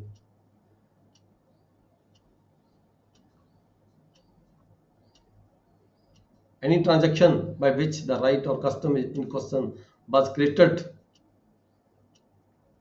claimed, modified, or reorganized, asserted, or denied, which was inconsistent with the मतलब ਗੱਲ ਸਿੰਪਲ ਗੱਲ ਕਰੀ ਗਈ ਵੀ ਹੈ ਕਿਸੇ ਵਿਅਕਤੀ ਨੂੰ ਕਿਸੇ ਪਾਰਟਿਕੂਲਰ ਕਲਾਸ ਆਫ ਪਰਸਨਸ ਨੂੰ ਕਿਸੇ ਜਗ੍ਹਾ ਤੇ ਉਹਨਾਂ ਦਾ ਜਾਣ ਦਾ ਕੋਈ ਰਾਈਟ ਹੈਗਾ ਜਾਂ ਨਹੀਂ ਹੈਗਾ। ਕਸਟਮ ਕੀ ਕਹਿੰਦਾ ਹੈ, ਉਸ ਪਿੰਡ ਦੇ ਰੀਤੀ ਰਿਵਾਜ ਕੀ ਕਹਿੰਦੇ ਨੇ, ਇਹ ਵੀ ਇੱਕ ਰੈਲੀਵੈਂਟ ਫੈਕਟ ਹੁੰਦੇ ਨੇ। ਇਹਨਾਂ ਨੂੰ ਪ੍ਰੂਵ ਕਿਵੇਂ ਕਰਦੇ ਆ, ਜਾਂ ਤਾਂ ਕਿਸੇ ਪੁਰਾਣੇ ਬਜ਼ੁਰਗਾਂ ਨੇ ਕਿਸੇ ਸਮੇਂ ਦੀ ਕੋਈ ਗੱਲ ਕਹੀ ਹੋਵੇ, ਜਾਂ ਪੁਰਾਣੇ ਤੁਹਾਡੇ ਬੁੱਕਸ ਦੇ ਵਿੱਚ ਕੋਈ ਰੀਤੀ ਰਿਵਾਜ ਦਰਜ ਕੀਤੇ ਗਏ ਹੋਣ, ਜਾਂ ਬਾਈਬਲ ਵਗੈਰਾ 'ਚ ਤੁਹਾਡਾ ਕੋਈ ਐਦਾਂ ਦਾ ਰੀਤੀ ਰਿਵਾਜ ਦਰਜ ਕੀਤਾ ਗਿਆ ਹੋਵੇ, ਇਹ ਜਿਹੜੇ ਹੈਗੇ ਉੱਥੋਂ ਪ੍ਰੂਵ ਹੁੰਦੇ ਆ। Facts showing existence of the state of mind or body feeling, ਕਿਸੇ ਵਿਅਕਤੀ ਦੀ ਦਿਮਾਗ ਦੀ ਕੀ ਗੱਲ ਹੈਗੀ ਹੈ, ਕੀ ਕਹਿਣਾ ਚਾਹੁੰਦਾ ਹੈ ਉਹ, ਔਰ ਬੋਡੀ ਫੀਲਿੰਗਸ ਉਹਦੀਆਂ ਕੀ ਹੈਗੀਆਂ ਨੇ। ਠੀਕ ਹੈ, ਜਦੋਂ ਐਦਾਂ ਦੀ ਕੋਈ ਗੱਲ ਜਿਹੜੀ ਹੈ ਉਹ ਪ੍ਰੂਵ ਕਰਨੀ ਹੋਵੇ, ਸ਼ੋ ਕਰਦੀ ਹੋਵੇ ਵੀ ਹਾਂ ਇਹ ਕੀ ਕਹਿਣਾ ਚਾਹੁੰਦਾ ਹੈ, ਇਹਦੇ ਦਿਮਾਗ 'ਚ ਕੀ ਗੱਲ ਚੱਲ ਰਹੀ ਹੈ, ਉਹ ਵੀ ਇੱਕ ਫੈਕਟ ਨਹੀਂ ਇਸ਼ੂ ਬਣ ਜਾਂਦਾ ਹੈਗਾ। ਇਹਦੀ ਐਗਜ਼ਾਮਪਲ ਪੜ੍ਹ ਕੇ ਦੇਖੋਗੇ ਤਾਂ ਪਤਾ ਚੱਲ ਜਾਏਗਾ। A is accused of receiving stolen goods knowing them to be stolen। ਇਹ ਨੂੰ ਪਤਾ ਹੈ ਉਹ ਅਕਿਊਜ਼ਡ ਹੈ, ਮੁਜਰਮ ਹੈਗਾ। ਕਾਹਦੇ ਲਈ ਮੁਜਰਮ ਹੈ, ਉਹਨੇ ਕੋਈ ਚੋਰੀ ਦੀਆਂ ਜਿਹੜੀਆਂ ਚੀਜ਼ਾਂ ਹੈਗੀਆਂ ਨੇ ਉਹ ਖਰੀਦੀਆਂ ਹੈਗੀਆਂ ਨੇ। It is proved that he was in possession of particular stolen articles। ਇਹ ਪ੍ਰੂਵ ਹੋ ਚੁੱਕਿਆ ਹੈ। It is proved that he was in possession of a particular stolen articles। ਜਿਹੜੇ ਸਟੋਲਨ ਆਰਟੀਕਲ ਸੀਗੇ ਉਹਦੇ ਕੋਲੋਂ ਜਿਹੜੇ ਹੈਗੇ ਕਬਜ਼ੇ ਦੇ ਵਿੱਚੋਂ ਪ੍ਰੂਵ ਹੋ ਚੁੱਕੇ ਨੇ। The fact that at the same time he was in possession of many other stolen articles is relevant। ਉਹਦੇ ਕੋਲ ਚੋਰੀ ਦਾ ਹੋਰ ਵੀ ਸਮਾਨ ਪਿਆ ਸੀਗਾ, ਮਤਲਬ ਕਿ ਬੰਦਾ ਹੈਬਚੁਅਲ ਸੀਗਾ ਚੋਰੀ ਦੇ ਸਮਾਨ ਖਰੀਦਣ ਦਾ। ਠੀਕ ਹੈ, ਜੇ ਉਹਦੇ ਕੋਲ ਕੋਈ ਚੋਰੀ ਦਾ ਹੋਰ ਵੀ ਸਮਾਨ ਪਿਆ ਸੀ, that is a fact and issue, relevant fact ਬਣ ਗਿਆ ਵੀ ਹਾਂ ਵਾਕਈ ਇਹਦੇ ਕੋਲ ਇਕੱਲੀ ਇਹੀ ਨਹੀਂ ਸੀਗੀ, ਉਹਦੇ ਕੋਲ ਹੋਰ ਵੀ ਸਮਾਨ ਪਿਆ ਸੀ ਚੋਰੀ ਦਾ। ਆਪਾਂ ਕਹਿੰਦਾ ਬੰਦਾ ਚੋਰੀ ਦੀਆਂ ਗੱਡੀਆਂ ਖਰੀਦਦਾ ਸੀਗਾ, ਇਕੱਲੀ ਇੱਕ ਗੱਡੀ ਦੀ ਚੋਰੀ ਦੀ ਖਰੀਦੀ ਗਈ, ਆਹ ਕਹਿੰਦਾ ਨਹੀਂ ਮੈਂ ਤਾਂ ਉਹਦੇ ਖੜਾਤੀ, ਇਹਨੇ ਲਿਆ ਕੇ ਦੇਤੀ, ਐਂ ਕਹਿਤਾ, ਉਹ ਤਾਂ ਮੈਨੂੰ ਤਾਂ ਪਤਾ ਨਹੀਂ ਸੀਗਾ। ਪਰ ਜੇ ਉਹਦੇ ਕੋਲ 4 ਗੱਡੀਆਂ ਹੋਰ ਵੀ ਖੜੀਆਂ ਹੋਣਗੀਆਂ ਚੋਰੀ ਦੀਆਂ ਖਰੀਦੀਆਂ ਹੋਈਆਂ, ਠੀਕ ਹੈ, ਉਹ ਇੱਕ ਰੈਲੀਵੈਂਟ ਫੈਕਟ ਬਣ ਜਾਂਦਾ ਹੈਗਾ। Fact showing existence of the state of mind, ਵੀ ਉਸ ਵਿਅਕਤੀ ਦੇ ਜਿਹੜੀ ਮਾਈਂਡ ਦੀ ਸਟੇਟ ਕੀ ਸੀਗੀ, ਕੀ ਕੰਮ ਕਰਦਾ, ਕਿਹੋ ਜਿਹਾ ਕੰਮ ਕਰਦਾ ਹੈ, ਤਾਂ ਉਹ ਹੈਬਚੁਅਲ ਹੈਗਾ ਇਹੀ ਕੰਮ ਕਰਨ ਦਾ। ਜੇ ਹੈਬਚੁਅਲ ਅਸੀਂ ਸਾਬਤ ਕਰਦਾ ਨੇ ਬੰਦੇ ਨੂੰ ਕਿਸੇ ਨੂੰ, ਤਾਂ ਉਹ ਜਿਹੜਾ ਹੈਗਾ ਫੈਕਟ ਜਿਹੜਾ ਇਸ਼ੂ ਹੈ ਉਹਦੇ 'ਚ ਜਿਹੜਾ ਉਹਦਾ ਵਜ਼ਨ ਹੋਰ ਜ਼ਿਆਦਾ ਵੱਧ ਜਾਂਦਾ ਹੈ। ਐਗਜ਼ਾਮਪਲ ਇੱਕ ਹੋਰ ਹੈ, A is accused of fraudulently delivering to another person a counterfeit coin। ਜਾਲੀ currency, A is accused of fraudulently delivering to another person, ਕਿਸੇ ਨੂੰ ਜਾਲੀ ਕਰੰਸੀ ਦੇਣ ਦੀ ਜਿਹੜੀ ਹੈਗੀ ਆ ਉਹਦੇ 'ਤੇ ਦੋਸ਼ ਲੱਗਿਆ ਹੋਇਆ ਹੈਗਾ। at the time when the deliver he knows to be counterfeit, ਉਹਨੂੰ ਪਤਾ ਸੀ ਜਦੋਂ ਦਿੱਤੀਆਂ ਵੀ ਹਾਂ ਇਹ ਕਰੰਸੀ ਜਾਲੀ ਹੈਗੀ ਹੈ। the fact that at the time of its delivery he was possessed of the number of other pieces of the counterfeit। ਹੁਣ ਇਹਦੇ ਕੋਲ ਜਦੋਂ ਉਸਨੇ ਜਾਲੀ ਕਰੰਸੀ ਕਿਸੇ ਨੂੰ ਦਿੱਤੀ, ਜਿਸ ਨੇ ਲਈ ਉਹਨੂੰ ਨਹੀਂ ਸੀ ਪਤਾ, ਪਰ ਇਹਦੇ ਕੋਲੇ ਹੋਰ ਵੀ ਹੈਗੀ ਸੀ ਉਸ ਨਾਲ ਦੀ ਜਾਲੀ ਕਰੰਸੀ। ਜੇ ਹੋਰ ਹੈਗੀ ਸੀ, that is also a relevant fact। ਮਤਲਬ ਕਹਿਣ ਦਾ ਭਾਵ ਹੈ ਇਹ ਤੋਂ ਇਹ ਸਾਬਤ ਹੋ ਜਾਂਦਾ ਹੈ ਵੀ ਉਹ ਬੰਦਾ ਕੰਮ ਹੀ ਇਹ ਕਰਦਾ ਹੈਗਾ, ਜਾਲੀ ਕਰੰਸੀ ਹੀ ਵੇਚਦਾ ਹੈ, ਜਾਲੀ ਕਰੰਸੀ ਹੀ ਟ੍ਰਾਂਸਫਰ ਕਰਦਾ ਹੈ। ਠੀਕ ਹੈ, ਉਹਦੇ ਤੋਂ ਪਤਾ ਲੱਗ ਜਾਂਦਾ ਵੀ ਇਹ ਬੰਦਾ ਹੈਗਾ ਜਿਹੜਾ ਹੈਬਚੁਅਲ ਕੰਮ ਕਰਦਾ ਹੈ, ਇਹਦਾ ਅਚਾਨਕ ਨਹੀਂ ਹੋਇਆ, ਹੈਬਚੁਅਲ ਹੈਗਾ। ਨੈਕਸਟ ਹੈ section 15, facts bearing question whether X was accidental or intentional। ਇੱਦਾਂ ਦਾ ਕੋਈ ਕੁਐਸਚਨ ਉਸ ਫੈਕਟ ਦੇ ਵਿੱਚ ਇਨਵੋਲਵ ਹੋਵੇ ਜਿੱਥੋਂ ਐਕਸੀਡੈਂਟਲ ਹੋਵੇ ਜਾਂ ਇੰਟੈਂਸ਼ਨਲ ਹੋਵੇ। when there is a question whether an act was accidental or intentional or done with a particular knowledge or attention। ਕੋਈ ਐਕਟ ਕੀਤਾ ਗਿਆ, ਕੋਈ ਕੰਮ ਕੀਤਾ ਗਿਆ ਪਾਰਟਿਕੂਲਰ ਨੌਲੇਜ ਨਾਲ ਕੀਤਾ ਗਿਆ ਜਾਂ ਅਟੈਂਸ਼ਨ ਨਾਲ ਕੀਤਾ ਗਿਆ ਜਾਂ ਨਹੀਂ ਕੀਤਾ ਗਿਆ। ਐਗਜ਼ਾਮਪਲ ਹੈਗੀ A is accused of burning down his house in order to obtain money for which it is insured। ਕੀ ਹੈ, ਬੀਮਾ ਕਰਵਾ ਕੇ ਅੱਗ ਲਾ ਦੇਣੀ ਘਰ ਨੂੰ, ਬੀਮਾ ਕਰਾਇਆ, ਬੀਮਾ ਲੈਣ ਦੀ ਖਾਤਰ ਘਰ ਨੂੰ ਅੱਗ ਲਗਾ ਦਿੱਤੀ। ਕੀ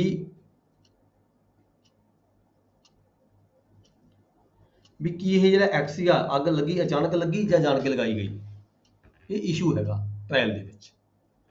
ਹੁਣ ਜੇਕਰ ਉਸ ਵਿਅਕਤੀ ਨੇ ਪਹਿਲਾਂ ਵੀ ਇੱਕ ਜਾਂ ਦੋ ਘਰ ਉਹਦੇ ਹੈਗੇ ਸੀ, ਉਹਨਾਂ ਘਰਾਂ ਨੂੰ ਵੀ ਅੱਗ ਲੱਗੀ ਸੀਗੀ, ਅੱਗ ਲਗਾ ਕੇ ਫਿਰ ਉਸਨੇ ਜਿਹੜਾ ਹੈਗਾ ਸੀਗਾ ਇੰਸ਼ੋਰੈਂਸ ਕੰਪਨੀ ਤੋਂ ਇੰਸ਼ੋਰੈਂਸ ਬੀਮਾ ਕਲੇਮ ਕੀਤਾ ਸੀਗਾ।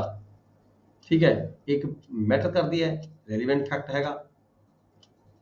ਮਤਲਬ ਜਦੋਂ ਇਹ ਸਾਬਤ ਹੋ ਜਾਂਦਾ ਹੈ ਵੀ ਇਹ ਐਕਸੀਡੈਂਟ ਨਹੀਂ ਹੈਗਾ, ਇਹ ਇੰਟੈਂਸ਼ਨਲ ਕੰਮ ਕੀਤੇ ਗਏ ਇਸ ਵਿਅਕਤੀ ਵੱਲੋਂ, ਜਾਣਬੁੱਝ ਕੇ ਪਹਿਲਾਂ ਵੀ ਇਹਨੇ ਦੋ ਘਰਾਂ ਨੂੰ ਅੱਗ ਲਗਾਈ ਹੈਗੀ ਹੈ। ਠੀਕ ਹੈ, ਇਹੀ ਹੈਗਾ question number 15। Facts bearing question whether act was accidental or intentional. ਜੇਕਰ ਇਹ ਸਾਬਤ ਹੋ ਜਾਂਦਾ ਹੈ ਵੀ ਇਹਨੇ ਪਹਿਲਾਂ ਵੀ ਕਲੇਮ ਵਸੂਲ ਕੀਤਾ ਹੈ, ਏਦਾਂ ਹੀ ਘਰ ਨੂੰ ਅੱਗ ਲਗਾ ਕੇ, ਕਿ ਜਾਂ ਦੋ ਘਰਾਂ ਨੂੰ ਅੱਗ ਲਗਾ ਕੇ ਪਹਿਲਾਂ ਕਲੇਮ ਵਸੂਲ ਕੀਤਾ ਹੈ, ਤਾਂ ਉਦੋਂ ਤੋਂ ਇਹ ਸਾਬਤ ਕਰਨ ਦੀ ਕੋਸ਼ਿਸ਼ ਕਰਦੇ ਕੰਪਨੀ ਵੀ ਇਹ ਜਿਹੜਾ ਹੈਗਾ ਕੰਮ ਹੈ ਐਕਸੀਡੈਂਟ ਨਹੀਂ ਹੈਗਾ, this is intentional work done by the accused. Section 16 ਕੀ ਕਹਿੰਦਾ? Existence of course of business when relevant. ਆਮ ਵਪਾਰ ਕਰਦੇ ਦੌਰਾਨ, during the course of business ਅਸੀਂ ਕੋਈ ਕੰਮ ਕਰਦੇ ਹੈਗੇ ਆ, ਠੀਕ ਹੈ, ਉਸ ਸਮੇਂ ਦੌਰਾਨ ਜਿਹੜੀ ਕੋਈ ਲਿਖਾ ਪੜ੍ਹੀ ਹੁੰਦੀ ਹੈ, ਰੂਟੀਨ ਦੇ ਵਿੱਚ ਕੋਈ ਲਿਖਾ ਪੜ੍ਹੀ ਹੁੰਦੀ ਹੈ, ਕੋਈ ਪ੍ਰੋਪਰਟੀ ਡਿਸਪੈਚ ਕੀਤੀ, ਇੱਧਰ ਉੱਧਰ ਕੀਤੀ, ਠੀਕ ਹੈ, ਉਹ ਜਿਹੜਾ ਹੁੰਦਾ ਹੈ ਉਹ ਰੈਲੀਵੈਂਟ ਫੈਕਟ ਹੁੰਦਾ ਹੈ when there is a question whether a particular act was done or not. The existence of any course of business in routine ਦੇ ਵਿੱਚ ਜਦੋਂ ਕੋਈ ਕੰਮ ਕੀਤਾ ਜਾਂਦਾ ਹੈ, ਜਦੋਂ ਰੂਟੀਨ ਦੇ ਕੰਮ ਨੂੰ ਦੇਖਿਆ ਜਾਂਦਾ ਹੈ, ਜੇ ਉਹਦੇ ਤੋਂ ਉਹ ਪ੍ਰੂਵ ਹੁੰਦਾ, ਕੋਈ ਗੱਲ ਦੇਖੀ ਜਾਂਦੀ ਹੈ ਵੀ ਇਹ ਕੰਮ ਹੋਇਆ ਜਾਂ ਨਾ ਹੋਇਆ। ਆਂਸਰ ਦੇਖੋ, example, the question is whether a particular letter was dispatched।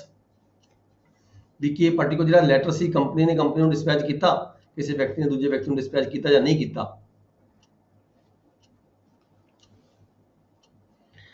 The fact that it was the ordinary course of business। Routine ਦੇ ਵਿੱਚ ਕਹਿੰਦੇ ਸੀਗੇ ਵੀ ਰੂਟੀਨ ਦੇ ਵਿੱਚ ਕੀ ਹੁੰਦਾ ਸੀਗਾ ਵੀ ਜਿਹੜੇ ਲੈਟਰ ਭੇਜਣੇ ਹੁੰਦੇ ਸੀ ਉਹਨਾਂ ਨੂੰ ਇੱਕ ਸਾਈਡ ਤੇ ਰੱਖ ਦਿੱਤਾ ਜਾਂਦਾ ਸੀਗਾ, ਪੁਰਾਣੇ ਬਾਕਸ ਪਾ ਦਿੱਤਾ ਜਾਂਦਾ ਸੀਗਾ। The fact that, ਰੌਲਾ ਕੀ ਹੈ, ਕੁਐਸਚਨ ਕੀ ਹੈ ਵੀ ਇਹ ਲੈਟਰ ਭੇਜਿਆ ਜਾਂ ਨਾ ਭੇਜਿਆ, ਪਾਰਟਿਕੂਲਰ ਡੇਟ ਦੇ ਵਿੱਚ ਕਿਸੇ ਇੱਕ ਵਿਅਕਤੀ ਨੇ ਦੂਜੇ ਕੰਪਨੀ ਜਾਂ ਕਿਸੇ ਕੰਪਨੀ ਨੇ ਕਿਸੇ ਫਰਮ ਨੇ ਦੂਜੇ ਨੂੰ ਲੈਟਰ ਭੇਜਿਆ ਜਾਂ ਨਾ ਭੇਜਿਆ, ਰੌਲਾ ਇਸ ਗੱਲ ਦਾ ਹੈ। ਕੁਐਸਚਨ ਇਹ ਹੈਗਾ, ਫਿਰ ਇਹਦੇ ਨਾਲ ਰੈਲੀਵੈਂਸੀ ਕਿਸ ਗੱਲ ਦੀ ਬਣ ਜਾਂਦੀ ਹੈ? ਰੈਲੀਵੈਂਸੀ ਇਸ ਗੱਲ ਦੀ ਬਣ ਜਾਂਦੀ ਹੈ ਵੀ ਜਦੋਂ ਇਨ ਰੂਟੀਨ ਦੇ ਵਿੱਚ ਜਿਹੜੇ ਲੈਟਰ ਭੇਜੇ ਜਾਂਦੇ ਸੀਗੇ, ਉਹ ਜਿਹੜੀ ਡਾਕ ਭੇਜੀ ਜਾਂਦੀ ਸੀਗੀ, ਉਹ ਡਾਕ ਨੂੰ ਜਿਵੇਂ ਡਿਸਪੈਚ ਰਜਿਸਟਰ 'ਚ ਪਾ ਦਿੱਤਾ ਜਾਂਦਾ ਸੀਗਾ, ਫਿਰ ਦਰਜ ਕਰਕੇ ਅੱਗੇ ਭੇਜ ਦਿੱਤੇ ਜਾਂਦੇ ਸੀਗੇ। The fact that it was the ordinary course of business for all the letters put in certain place। ਜਦੋਂ ਉਹ ਸਾਰੇ ਲੈਟਰ ਭੇਜੇ ਜਾਂਦੇ ਸੀ, ਉਹਨੂੰ ਕਿਸੇ ਪਾਰਟਿਕੂਲਰ ਜਗ੍ਹਾ ਤੇ ਰੱਖ ਦਿੱਤਾ ਜਾਂਦਾ ਸੀਗਾ ਪੋਸਟ ਕਰਨ ਦੀ ਖਾਤਰ, ਠੀਕ ਹੈ, ਕੋਈ ਬਾਕਸ ਲਗਾਇਆ ਹੋਇਆ ਸੀਗਾ, ਜਿਹੜੇ ਲੈਟਰ ਪੋਸਟ ਹੋਣੇ ਸੀ ਉਹਨੂੰ ਕਿਸੇ ਪਾਰਟਿਕੂਲਰ ਜਗ੍ਹਾ ਦੇ ਉੱਪਰ ਰੱਖ ਕੇ ਜਿਹੜਾ ਹੈਗਾ ਸੀ ਕੋਈ ਬਾਕਸ ਪਿਆ ਸੀ ਉਹ 'ਚ ਰੱਖ ਦਿੱਤਾ ਜਾਂਦਾ ਸੀਗਾ। ਹੁਣ ਕੀ ਹੈ, and that particular letter was put in that place are relevant. ਕੀ ਜਿਹੜਾ ਉਹ ਲੈਟਰ ਸੀਗਾ, ਉਹ ਲਿਫਾਫਾ ਸੀਗਾ ਜਿਹੜਾ ਪੋਸਟ ਹੋਣਾ ਸੀਗਾ, ਜਿਹਦਾ ਝਗੜਾ ਵੀ ਪੋਸਟ ਹੋਇਆ ਜਾਂ ਨਹੀਂ ਹੋਇਆ, ਠੀਕ ਹੈ, ਕਿ ਉਸ ਲਿਫਾਫੇ ਨੂੰ ਉਸ ਪਾਰਟਿਕੂਲਰ ਬਾਕਸ ਦੇ ਵਿੱਚ ਡਾਲਿਆ ਗਿਆ ਸੀ ਜਾਂ ਨਹੀਂ ਪਾਇਆ ਗਿਆ ਸੀਗਾ, ਇਹ ਵੀ ਜਿਹੜਾ ਹੈਗਾ ਇੱਕ ਰੈਲੀਵੈਂਟ ਫੈਕਟ ਹੈਗਾ, ਐਗਜ਼ਿਸਟੈਂਸ ਹੈਗਾ ਕੋਰਸ ਆਫ ਬਿਜ਼ਨਸ ਦੇ ਵਿੱਚ, ਆਮ ਰੂਟੀਨ ਦੇ ਕੰਮਕਾਰ ਦੇ ਵਿੱਚ ਜਿਵੇਂ ਉਹ ਕਰਦੇ ਸੀ। ਜੇ ਕਿ ਉਹ ਉਸ ਪਾਰਟਿਕੂਲਰ ਜਿਹੜਾ ਲੈਟਰ ਸੀਗਾ ਉਹਦੇ ਨਾਲ ਵੀ ਇਹ ਕੁਝ ਹੋਇਆ ਜਾਂ ਨਹੀਂ ਹੋਇਆ, ਜੇ ਲੈਟਰ ਕੋਈ ਪਾਰਟਿਕੂਲਰ ਬਾਕਸ ਦੇ ਵਿੱਚ ਪਾਇਆ ਹੀ ਨਹੀਂ ਗਿਆ, ਫਿਰ ਲੈਟਰ ਨੇ ਡਿਸਪੈਚ ਕਿੱਥੋਂ ਹੋਣਾ ਸੀਗਾ। ਜੇ ਕੋਈ ਗੱਲ ਇਸ ਗੱਲ ਤੋਂ ਸਾਬਤ ਹੋ ਜਾਂਦੀ ਹੈ, ਕੋਈ ਵਿਅਕਤੀ ਜਿਹੜਾ ਕੋਈ ਸਪੈਸ਼ਲ ਕਿਸੇ ਦੀ ਡਿਊਟੀ ਲੱਗੀ ਹੋਈ ਸੀਗੀ ਜਾਂ ਡਿਸਪੈਚ ਰਜਿਸਟਰ ਲੱਗਿਆ ਹੋਇਆ ਸੀਗਾ, ਡਿਸਪੈਚ ਰਜਿਸਟਰ ਕਰਕੇ ਉਸ ਜਗ੍ਹਾ ਤੇ ਰੱਖ ਦਿੱਤਾ ਜਾਂਦਾ ਸੀਗਾ, ਇਹ ਪ੍ਰੂਵ ਕਰ ਦਿੱਤਾ ਜਾਂਦਾ ਹੈ, ਤਾਂ ਜਿਹੜਾ ਇਹ ਪ੍ਰੂਵ ਹੋ ਜਾਂਦਾ ਹੈਗਾ ਵੀ ਹਾਂ ਇਹ ਲੈਟਰ ਜਿਹੜਾ ਭੇਜਿਆ ਗਿਆ ਸੀ ਜਾਂ ਨਹੀਂ ਭੇਜਿਆ ਗਿਆ ਸੀ, ਡਿਸਪੈਚ ਹੋਇਆ ਨਾ ਹੋਇਆ। ਨੈਕਸਟ ਹੈ ਸੈਕਸ਼ਨ 17, ਵੈਰੀ ਇੰਪੋਰਟੈਂਟ ਹੈ ਜੀ, ਐਡਮਿਸ਼ਨਸ। ਆਪਾਂ ਆਮ ਗੱਲ ਕਰਦੇ ਹਾਂ ਵੀ ਤਾਂ ਯਾਰ ਉਹਨੇ ਮੰਨਿਆ ਹੋਇਆ ਕੋਰਟ ਦੇ ਵਿੱਚ, ਅਦਾਲਤ 'ਚ ਮੰਨਿਆ ਹੋਇਆ ਵਰਡ ਲੈਣਾ, ਇਹ ਗੱਲ ਉਹਨੇ ਅਦਾਲਤ ਖੁਦ ਮੰਨੀ ਵੀ ਹੈਗੀ ਹੈ, ਐਡਮਿਟਡ ਫੈਕਟ ਆਪਾਂ ਕਹਿ ਦਿੰਦੇ ਹਾਂ, ਠੀਕ ਹੈ। ਇਹ ਸੈਕਸ਼ਨ 70 ਦੇ ਵਿੱਚ ਸਾਬਤ ਹੁੰਦਾ ਜੇ ਤੁਹਾਡੇ ਕੋਲੇ ਕੋਈ ਐਡਮਿਸ਼ਨ ਦੇ ਨਾਲ ਰਿਲੇਟਡ ਕੋਈ ਕੁਐਸਚਨ ਆਉਂਦਾ ਹੈਗਾ ਤਾਂ ਸੈਕਸ਼ਨ 70 ਤੋਂ ਸਟਾਰਟ ਹੁੰਦਾ ਹੈ। ਐਡਮਿਸ਼ਨਸ ਡਿਫਾਈਨਡ, ਐਡਮਿਸ਼ਨ ਕੀ ਹੁੰਦੀ ਹੈ? ਐਡਮਿਸ਼ਨ ਸਟੇਟਮੈਂਟ ਕੋਈ ਬੰਦਾ ਦਿੰਦਾ ਹੈ ਆਪਦੀ ਕੋਈ, ਜਾਂ ਕੋਈ ਗਵਾਹੀ ਕਿਸੇ ਨੇ ਕਹੀ, ਉਹਨੇ ਮੰਨ ਲਈ ਵੀ ਹਾਂ ਠੀਕ ਹੈ, ਓਕੇ ਮੈਨੂੰ ਮਨਜ਼ੂਰ ਹੈ, ਹਾਂ ਮੈਂ ਇਹ ਗੱਲ ਕਹੀ ਸੀਗੀ, ਠੀਕ ਹੈ। ਐਡਮਿਸ਼ਨਸ ਇਜ਼ ਸਟੇਟਮੈਂਟ ਓਰਲ ਔਰ ਡਾਕੂਮੈਂਟਰੀ। ਕੋਈ ਬੰਦਾ ਜ਼ਬਾਨੀ ਵੀ ਕਹਿ ਲੈਂਦਾ, ਕੋਈ ਬੰਦਾ ਲਿਖਤੀ ਤੌਰ ਤੇ ਵੀ ਕਹਿ ਦਿੰਦਾ ਵੀ ਹਾਂ ਇਹ ਠੀਕ ਹੈ, ਜੋ ਤੂੰ ਕਹਿ ਰਿਹਾ ਸਹੀ ਹੈ, ਮੈਂ ਮੰਨਣ ਨੂੰ ਤਿਆਰ ਹੈਗਾ। which suggest any reference as to any fact in issue or relevant fact। ਕਿਸੇ ਵੀ ਫੈਕਟ ਦੀ ਸੰਬੰਧ ਵਿੱਚ ਜਦੋਂ ਕੋਈ ਕਿਸੇ ਦੀ ਐਡਮਿਸ਼ਨ ਜਾਂ ਸਟੇਟਮੈਂਟ ਲਈ ਜਾਂਦੀ ਹੈ ਤਾਂ ਉਹ ਆਪਣੀ ਸਟੇਟਮੈਂਟ ਦਿੰਦਾ ਵੀ ਹਾਂ ਠੀਕ ਹੈ ਇਹ ਗੱਲ ਸੀਗੀ, ਤਾਂ ਉਹਨੂੰ ਆਪਾਂ ਐਡਮਿਸ਼ਨ ਕਹਿੰਦੇ ਹਾਂ। ये कोई एडमिशन है by party to proceeding or his agent or by suit in the character, जो कोई ਐਡਮਿਸ਼ਨ ਦੀ ਗੱਲ ਚੱਲਦੀ ਹੈ ਵੀ ਜੇ ਕਿਸੇ ਕੰਪਨੀ ਦਾ ਆਪਸ ਕੰਪਨੀ ਦੇ ਨਾਲ ਸੂਟ ਚੱਲਦਾ ਕੋਈ, ਤਾਂ ਉਹਦੇ ਕਿਸੇ ਏਜੰਟ ਨੇ ਉਹਦੇ ਕਿਸੇ ਰਿਪਰੈਜ਼ੈਂਟਰ ਨੇ ਕੋਈ ਗੱਲ ਐਡਮਿਟ ਕੀਤੀ ਹੈ, ਤਾਂ ਫਿਰ ਇਹ ਵੀ ਹੈਗਾ ਵੀ ਇਹ ਕੰਪਨੀ ਨੇ ਐਡਮਿਟ ਕੀਤੀ ਹੈਗੀ ਹੈ। Admission by the party to the proceeding, ਜਿਹੜੀ ਪ੍ਰੋਸੀਡਿੰਗ ਦੀ ਪਾਰਟੀ ਹੈਗੀ ਆ ਉਸ ਪਾਰਟੀ ਨੇ ਕੋਈ ਗੱਲ ਐਡਮਿਟ ਕਰ ਲਈ ਜਾਂ ਉਹਦੇ ਕਿਸੇ ਏਜੰਟ ਨੇ ਐਡਮਿਟ ਕਰ ਲਈ ਜਾਂ ਸੂਟ ਕਰਨ ਵਾਲੇ ਨੇ ਐਡਮਿਟ ਕੀਤੀ ਹੈ। ਜੇ ਕੋਈ ਪਾਰਟੀ ਇੰਟਰਸਟਡ ਹੈ ਉਸ ਸਬਜੈਕਟ ਮੈਟਰ ਦੇ ਵਿੱਚ, उसने कोई गल एडमिट की है by the person whom interest derived, ਜਾਂ किसी व्यक्ति ਨੂੰ ਜਿਹਨੂੰ ਜੇ ਕੋਈ ਉਸ प्रॉपर्टी ਤੋਂ कोई इंटरस्ट प्राप्त होना हैगा, ठीक है, उसने कोई गल एडमिट की है उसको की कहांगे सी एडमिशन, कहांगे भी उसने एडमिशन की है। किसी व्यक्ति ਦੇ ਕੋਈ ਪ੍ਰੋਪਰਟੀ ਇੰਟਰਸਟ ਸੀਗੇ, ਉਹਨੇ ਕੋਈ ਗੱਲ ਮੰਨ ਲਈ, ਠੀਕ ਹੈ, ਹਾਂ ਓਕੇ ਮੈਂ ਪੈਸੇ ਤੁਹਾਡੇ ਦੇਣੇ ਨੇ, ਇਟ ਇਜ਼ ਐਡਮਿਟਡ ਫੈਕਟ, ठीक है। Person from whom the parties to be the suit have derived their interest are the admissions if they are made during the continuance of the interest of the person making the statement। ਜਿਹੜਾ ਵਿਅਕਤੀ ਕੋਈ statement ਦੇ ਰਿਹਾ ਹੈਗਾ ਉਹ ਜਦੋਂ ਕਿਸੇ ਦੀ ਗੱਲ ਕੋਈ ਕਹੀ ਹੋਈ ਗੱਲ ਨੂੰ ਮੰਨਦਾ ਹੈਗਾ ਤਾਂ ਉਸ ਨੂੰ ਅਸੀਂ ਐਡਮਿਸ਼ਨ ਕਹਿ ਦਿੰਦੇ ਹਾਂ। ਸੈਕਸ਼ਨ 90 ਚ ਕੀ ਹੈ, admissions ਬਾय the persons whose position must be proved as against party to the suit। ਕੋਈ ਵਿਅਕਤੀ ਜਿਹੜਾ ਹੈਗਾ ਕੋਈ ਐਡਮਿਟ ਕਰਦਾ ਹੈ, ਠੀਕ ਹੈ, ਜਿਹੜੀ ਉਹਦੀ ਪੋਜੀਸ਼ਨ ਹੈਗੀ ਕਿ ਉਸ ਪਾਰਟੀ ਦੇ ਖਿਲਾਫ ਹੈਗਾ ਜਾਂ ਨਹੀਂ ਹੈਗਾ ਅੰਦਰੋਂ। statement made by the persons whose position or liability it is necessary to prove as against any party to the suit are admissible। ਉਹਦਾ ਇੰਟਰਸਟ ਕੀ ਹੈ ਕਿ ਉਹ ਕਿਸੇ ਪਾਰਟੀ ਦੇ ਖਿਲਾਫ ਹੈਗਾ ਜਾਂ ਨਹੀਂ ਹੈਗਾ, ਇਹ ਵੀ ਜਿਹੜਾ ਦੇਖਿਆ ਜਾ ਸਕਦਾ ਹੈ ਵੀ ਉਹਦੀ ਐਡਮਿਸ਼ਨ ਹੈ ਜਿਹੜੀ ਐਡਮਿਸਿਬਲ ਹੈ ਜਾਂ ਨਹੀਂ। ਜੇ ਹੁਣ ਕੋਈ ਗੱਲ ਹੈ, ਮੰਨ ਲਓ ਇਹਨੇ ਕੋਈ ਗੱਲ ਕਹੀ ਬੀ ਦਾ ਕਿਸੇ ਬੰਦੇ ਨੇ ਮੰਨ ਲਈ, ਠੀਕ ਹੈ, ਐਡਮਿਟ ਕਰ ਲਈ। ਜੇ ਹੁਣ ਉਹ ਜਾਣਬੁੱਝ ਕੇ ਏ ਨਹੀਂ ਟਿਕਾ ਕੇ ਉਹ ਤੋਂ ਐਡਮਿਟ ਕਰਵਾਤਾ ਹੋਵੇ ਕਿਸੇ ਉਹਦੇ ਬੰਦੇ ਤੋਂ, ਤਾਂ ਇਹ ਗੱਲ ਆ ਜਾਂਦੀ ਹੈ ਵੀ ਬਾਕੀ ਉਹਦੇ ਨਾਲ ਰਿਲੇਸ਼ਨ ਕੀ ਹੈਗਾ। ਜਿਸ ਵਿਅਕਤੀ ਦੇ ਹੱਕ ਦੇ ਵਿੱਚ ਉਹਨੇ ਕੋਈ ਐਡਮਿਸ਼ਨ ਕੀਤੀ ਹੈ ਕਿ ਉਹਦਾ ਰਿਲੇਸ਼ਨ ਉਹਦੇ ਨਾਲ ਕੰਟਰਾਡਿਕਟਰੀ ਹੈਗਾ ਜਾਂ ਨਹੀਂ ਹੈਗਾ, ਅਗੇਂਸਟ ਪਾਰਟੀ ਹੈਗੀ ਜਾਂ ਨਹੀਂ ਹੈਗੀ। ਜਦੋਂ ਅਗੇਂਸਟ ਪਾਰਟੀ ਦੀ ਕੋਈ ਗੱਲ ਕੋਈ ਐਡਮਿਟ ਕਰਦਾ ਹੈ ਦੈਟ ਇਜ਼ ਐਡਮਿਸਿਬਲ, ਪਰ ਜੇਕਰ ਅਗੇਂਸਟ ਪਾਰਟੀ ਨੂੰ ਟਿਕਾ ਕੇ ਪੈਸੇ ਪੂਸੇ ਦੇ ਕੇ ਕੋਈ ਗੱਲ ਐਡਮਿਟ ਕਰਵਾ ਲਈ ਦੈਟ ਇਜ਼ ਨਾਟ ਐਡਮਿਸਿਬਲ।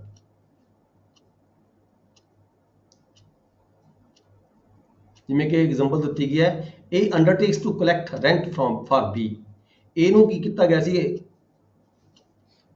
ਇਹਨੂੰ ਅਥੋਰਾਈਜ਼ ਕੀਤਾ ਗਿਆ ਸੀਗਾ ਵੀ ਤੈਨੇ ਬੀ ਤੋਂ ਰੈਂਟ ਲੈਣਾ ਹੈ। ਉਹ ਜਿਹੜਾ ਮਾਲਕ ਸੀ ਜਗ੍ਹਾ ਦਾ ਕਿਤੇ ਹੋਰ ਰਹਿੰਦਾ ਸੀਗਾ। A undertakes to collect rent for B, for B ਦੇ ਲਈ ਜਿਹੜਾ ਏ ਸੀਗਾ ਉਹ ਰੈਂਟ ਕਲੈਕਟ ਕਰਦਾ ਸੀ। B sues A for not collecting rent due from C. B ਨੇ ਇਹਦੇ ਖਿਲਾਫ ਮੁਕੱਦਮਾ ਦਾਇਰ ਕੀਤਾ, ਕੀ ਕੀਤਾ ਵੀ ਤੈਨੇ ਸੀ ਤੋਂ ਰੈਂਟ ਕਲੈਕਟ ਨਹੀਂ ਕੀਤਾ। B sues A for not collecting rent due from C, ਜਿਹੜਾ ਸੀ ਦੇ ਵੱਲ ਡਿਊ ਸੀਗਾ ਬੀ ਨੂੰ ਦੇਣ ਦੀ ਖਾਤਰ। A denies that rent was due from C, ਇਹ ਡਿਨਾਈ ਕਰ ਦਿੰਦਾ ਹੈ ਵੀ ਨਹੀਂ ਸੀ ਦੇ ਵੱਲ ਕੋਈ ਰੈਂਟ ਡਿਊ ਨਹੀਂ ਹੈਗਾ। ਏ ਸਟੇਟਮੈਂਟ ਬਾਈ ਸੀ, ਅ ਸਟੇਟਮੈਂਟ ਬਾਈ ਸੀ ਜਿਹੜੀ ਸੀ ਦੀ ਸਟੇਟਮੈਂਟ ਹੈਗੀ ਹੈ that he owed B rent is an admission। ਜਿਹੜੀ C ਦੀ ਸਟੇਟਮੈਂਟ ਹੈਗੀ ਹੈ that he owed B rent is an admission। ਜਿਹੜੀ B ਦੀ ਸਟੇਟਮੈਂਟ C ਦੀ ਸਟੇਟਮੈਂਟ ਹੈਗੀ ਹੈ ਵੀ ਹਾਂ ਉਹਨੇ B ਦੇ ਪੈਸੇ ਦੇਣੇ ਹੈ, ਉਹ ਐਡਮਿਸ਼ਨ ਹੈਗੀ ਹੈ ਉਹਦੀ, and is a relevant fact as against A। ਇਹਦੇ ਖਿਲਾਫ ਹੈ ਫਿਰ ਉਹ ਸਟੇਟਮੈਂਟ ਜਿਹੜੀ ਹੈਗੀ ਹੈ B ਦੀ, ਜਿਹੜੀ C ਨੇ ਐਡਮਿਟ ਕਰ ਲਿਆ। ਜਿਸ ਬੰਦੇ ਨੇ ਪੈਸੇ ਦੇਣੇ ਸੀਗੇ ਜਦੋਂ ਉਹੀ ਐਡਮਿਟ ਕਰ ਲੈਂਦਾ ਹੈ ਤਾਂ that is called admission। Section 20 admissions by the persons expressly referred to by party to the suit। कौन एडमिशन कर रहा है, person expressly referred to by the party to the suit। Statement made by the persons to whom a party to the suit has expressly referred for information referred to a matter in dispute are admissions. Example पढ़ के देखोगे तो पता लगेगा ਤੁਹਾਨੂੰ ਕੀ ਹੈਗਾ। The question is whether a house sold by A to B is sound, ਕਿ A ਨੇ ਜਿਹੜਾ B ਨੂੰ ਮਤਲਬ ਕਿ ਹਾਰਸ ਵੇਚਿਆ ਸੀ ਕਿ ਉਹ ਸਾਊਂਡ ਸੀਗਾ, ਠੀਕ ਸੀਗਾ, sound nature the C. A says to B, go and ask C। A ਨੇ B ਨੂੰ ਕਿਹਾ ਸੀਗਾ ਵੀ ਜਾ C ਨੂੰ ਜਾ ਕੇ ਪੁੱਛ ਲੈ। C knows all about it, ਵੀ ਇਹ ਜਿਹੜਾ ਮੇਰਾ ਘੋੜਾ ਹੈ कैसा हैगा, ਇਹਦੀ ਕੁਆਲਿਟੀ कैसी है। C ਨੂੰ ਸਾਰੇ ਇਹਦੇ ਬਾਰੇ ਸਾਰੀ ਜਾਣਕਾਰੀ ਹੈਗੀ ਹੈ। C statement is an admission। ਜੇ C ਕਹਿ ਦਿੰਦਾ ਹੈ, ਕੋਈ ਵੀ ਸਟੇਟਮੈਂਟ ਦਿੰਦਾ ਹੈ ਤਾਂ ਉਹਦੀ ਉਹ ਐਡਮਿਸ਼ਨ ਮੰਨੀ ਜਾਂਦੀ ਹੈ।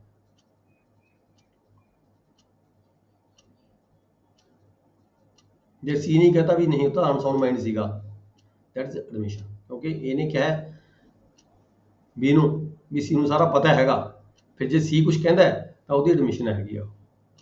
Section 21 proof of admission against person making them। ਜਿਹੜਾ ਬੰਦਾ ਐਡਮਿਸ਼ਨ ਕਰ ਰਿਹਾ ਹੈਗਾ ਉਹਦੇ ਹੀ ਖਿਲਾਫ and by or on their behalf, ਉਹਦੇ ਖਿਲਾਫ ਜਾਂ ਉਹਦੇ ਵੱਲੋਂ ਕੋਈ ਸਟੇਟਮੈਂਟ ਦਿੱਤੀ ਜਾਂਦੀ ਹੈ, ਜੇ ਉਹਦੇ ਖਿਲਾਫ ਜਾਂਦੀ ਹੈ ਤਾਂ ਉਸ ਨੂੰ ਐਡਮਿਸ਼ਨ ਕਹਿ ਸਕਦੇ ਹਾਂ ਅਸੀਂ।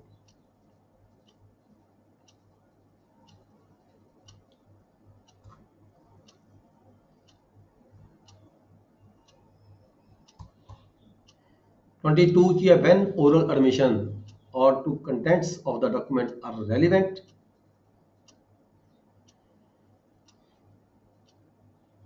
ਕੀ ਕਹਿੰਦੇ ਜਿਹੜੀ oral admission ਹੁੰਦੀ ਹੈ, when oral admission as to the contents of the document are relevant, ਕਿ ਜਿਹੜੀ oral admission ਹੁੰਦੀ ਹੈ ਜਾਂ document ਦੇ ਕੋਈ contents ਹੁੰਦੇ ਨੇ ਉਹ relevant ਹੁੰਦੇ ਆ।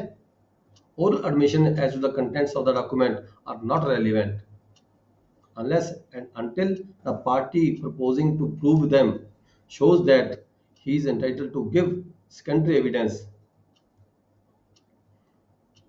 oral evidence ਨੂੰ ਕਹਿੰਦੇ relevant ਨਹੀਂ ਮੰਨਿਆ ਜਾ ਸਕਦਾ ਜਦੋਂ ਤੱਕ secondary evidence ਦੀ ਗੱਲ ਨਾ ਆ ਜਾਵੇ। secondary evidence ਆਪਾਂ ਅੱਗੇ ਜਾ ਕੇ ਪੜਾਂਗੇ ਕੀ ਹੁੰਦੀ ਹੈ, primary evidence ਕੀ ਹੁੰਦੀ ਹੈ, secondary evidence ਕੀ ਹੁੰਦੀ ਹੈ। section 23 ਹੈ admission in the civil cases when relevant। ਮਾੜਾ ਮਾੜਾ ਫਰਕ ਹੈ, ਕੁਝ ਨਹੀਂ ਇਹਦੇ ਵਿੱਚ ਜ਼ਿਆਦਾ ਹੈਗਾ। in civil cases no admission is relevant if it is made either upon an express condition that evidence of it is not to be given or under the circumstances from which the court can infer that the parties agree together that evidence of it should not be given।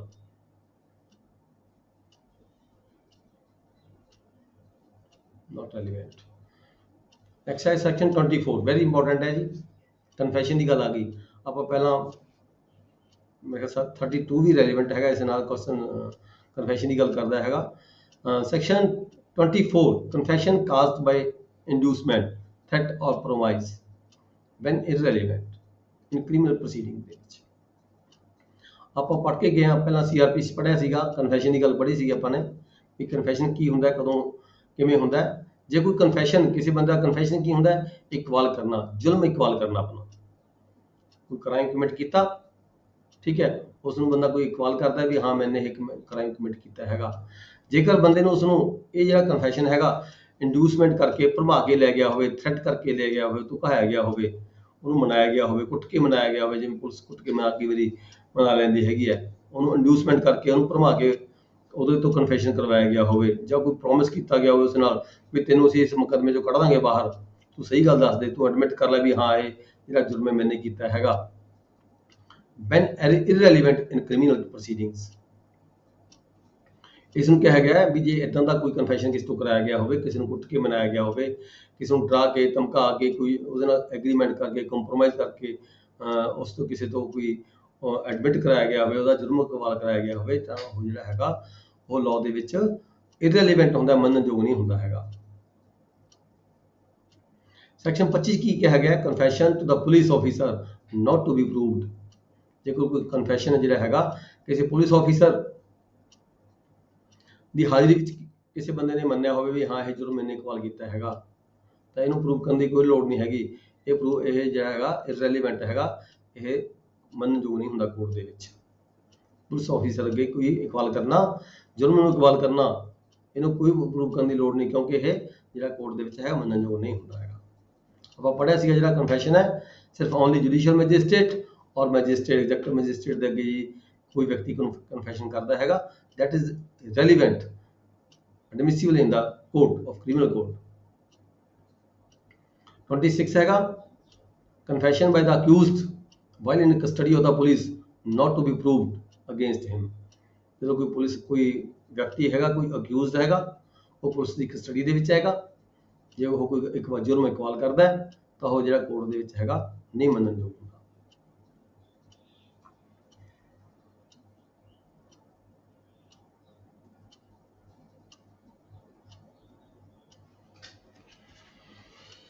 ਪੱਚੀ 26 ਸਿਰਫ ਇੰਨਾ ਹੀ ਫਰਕ ਹੈਗਾ ਵੀ ਇੱਥੇ custody ਦੇ ਵਿੱਚ ਹੈ, ਇੱਥੇ ਕਸਟਡੀ ਵਿੱਚ ਨਹੀਂ ਹੈਗਾ, ਠੀਕ ਹੈ।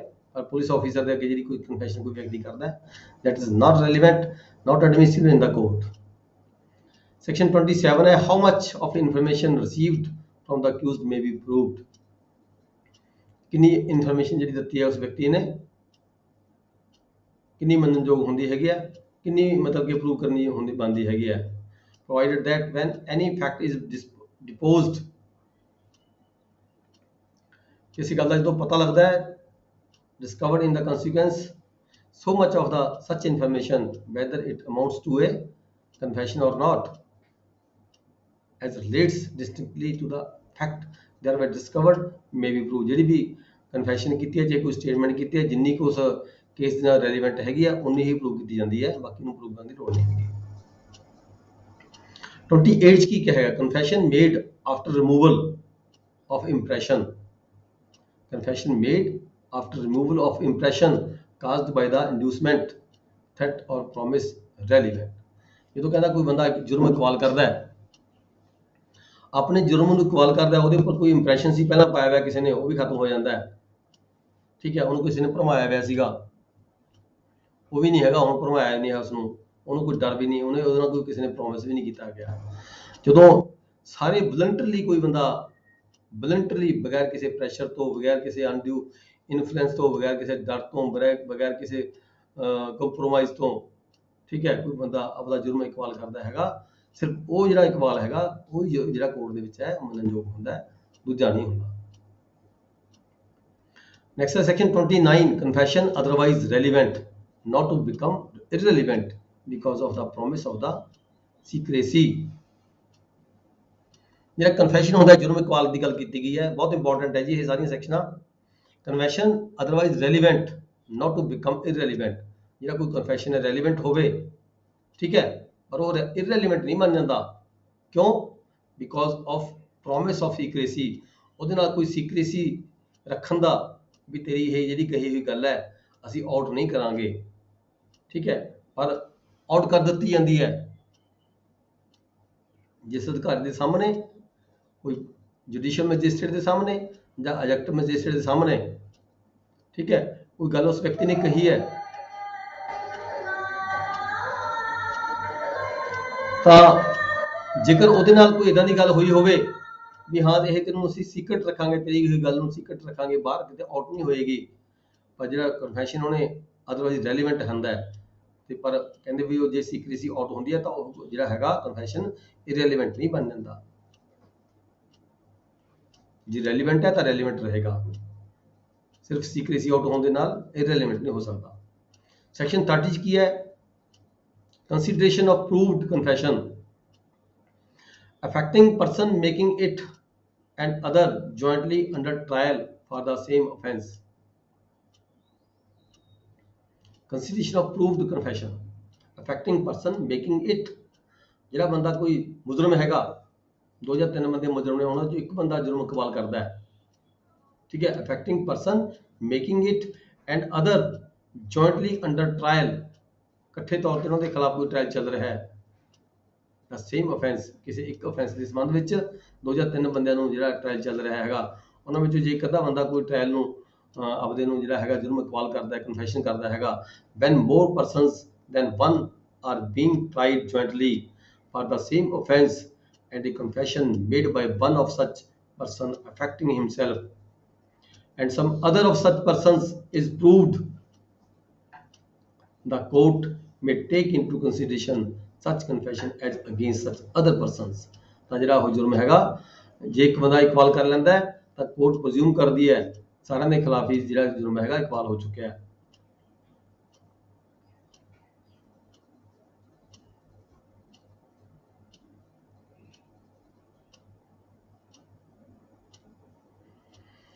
ਇਹਦੀ ਇੱਕ ਐਗਜ਼ਾਮਪਲ ਹੈਗੀ ਹੈ A and B are jointly tried for the murder of C। A ਤੇ ਉੱਪਰ B ਦੇ ਉੱਪਰ ਜਿਹੜਾ ਦਾਵਾ ਚੱਲ ਰਿਹਾ ਹੈਗਾ ਮਰਡਰ ਦਾ, C ਦੇ murder the. It is proved that A said B and I murdered C। ਇਹ ਕਹਿੰਦਾ ਹੈ ਵੀ ਮੈਨੇ ਤੇ B ਨੇ ਰਲ ਕੇ ਦੋਹਾਂ ਨੇ ਜਿਹੜਾ C ਦਾ ਮਰਡਰ ਕੀਤਾ ਹੈ। ਠੀਕ ਹੈ, B and I ਇਹ ਕਹਿ ਰਿਹਾ ਇੱਥੇ ਇਹ ਗੱਲ ਵੀ B ਨੇ ਤੇ ਮੈਨੇ, B and I ਮਤਲਬ A, B and I murdered C।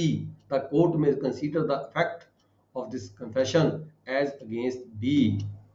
ਜਿਹੜਾ ਇਹ ਜਿਹੜਾ ਐਡਮਿਸ਼ਨ ਹੈਗੀ ਆ, ਕਨਫੈਸ਼ਨ ਹੈਗੀ ਹੈ, ਅਦਾਲਤ ਵਿੱਚ ਉਸ ਬੰਦੇ ਨੇ ਕਹੀ ਹੈ, A ਨੇ ਕਹੀ ਹੈ ਵੀ B ਔਰ ਮੈਨੇ ਜਿਹੜਾ ਰਲ ਕੇ C ਦਾ ਮਰਡਰ ਕੀਤਾ ਹੈਗਾ।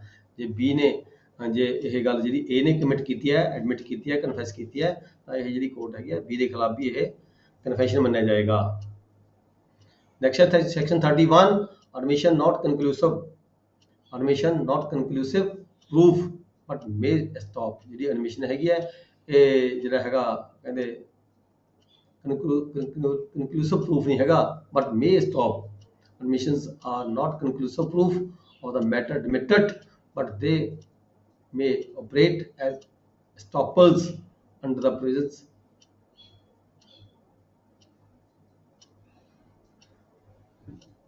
छोड़ो जी। नेक्स्ट हैगा section 32 statement by the persons who can not be called as witness. Very important है जी, क्वेश्चन आएगा ਇਹਦੇ ਵਿੱਚੋਂ। ਕਹਿੰਦਾ ਕੋਈ ਵਿਅਕਤੀ, ਇਹਨੂੰ ਕਹਿੰਦੇ ਨੇ ਆਪਾਂ ਡਾਈਂਗ ਡਿਕਲੇਰੇਸ਼ਨ। ਤੁਸੀਂ ਆਮ ਸੁਣਿਆ ਹੋਵੇਗਾ ਕੋਈ ਮਰਦੇ ਮਰਦੇ ਕੋਈ ਬੰਦਾ ਬਿਆਨ ਦੇ ਕੇ ਜਾਂਦਾ ਹੈ।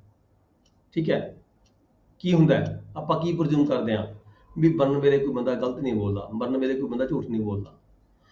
ਮਰਦੇ ਮਰਦੇ ਕਿਸੇ ਨੂੰ ਕਿਸੇ ਦੀ ਸੱਟ ਮਾਰੀ, ਕਿਸੇ ਨੇ ਕਿਸੇ ਨੂੰ ਜਲਾ ਦਿੱਤਾ, ਠੀਕ ਹੈ, ਜਾਂ ਕਿਸੇ ਨੂੰ ਜ਼ਖਮੀ ਕਰ ਦਿੱਤਾ, ਉਹ ਬੰਦਾ ਅਚਾਨਕ ਉਹਦੀ ਡੈਥ ਹੋਣ ਜਾ ਰਹੀ ਹੈ, ਲੱਗਦਾ ਉਸਨੂੰ ਵੀ ਮੈਂ ਨਹੀਂ ਬਚਾਂਗਾ, ਮੇਰੇ ਇੰਨਾ ਮਤਲਬ ਜਿਹੜਾ ਹੈਗਾ ਮੈਂ ਗ੍ਰੀਵਸ ਮੈਨੂੰ ਹੱਟ ਹੋ ਚੁੱਕੀ ਹੈ ਤੇ ਇਹ ਹੁਣ ਠੀਕ ਹੋਣ ਵਾਲੀ ਨਹੀਂ ਹੈਗੀ, ਵੀ ਮੈਂ 10-20 ਮਿੰਟ ਦਾ, ਅੱਧੇ ਘੰਟੇ ਦਾ ਜਿਹੜਾ ਹੈਗਾ ਵੀ ਬਸ ਮੇਰੀ ਮੌਤ ਹੋਣ ਦੇ ਨੇੜੇ ਹੈਗੀ ਹੈ, ਡਾਕਟਰ ਕਹਿੰਦੇ ਨੇ ਵੀ ਹੁਣ ਇਹ ਬੰਦਾ ਨਹੀਂ ਬਚਦਾ ਹੈਗਾ।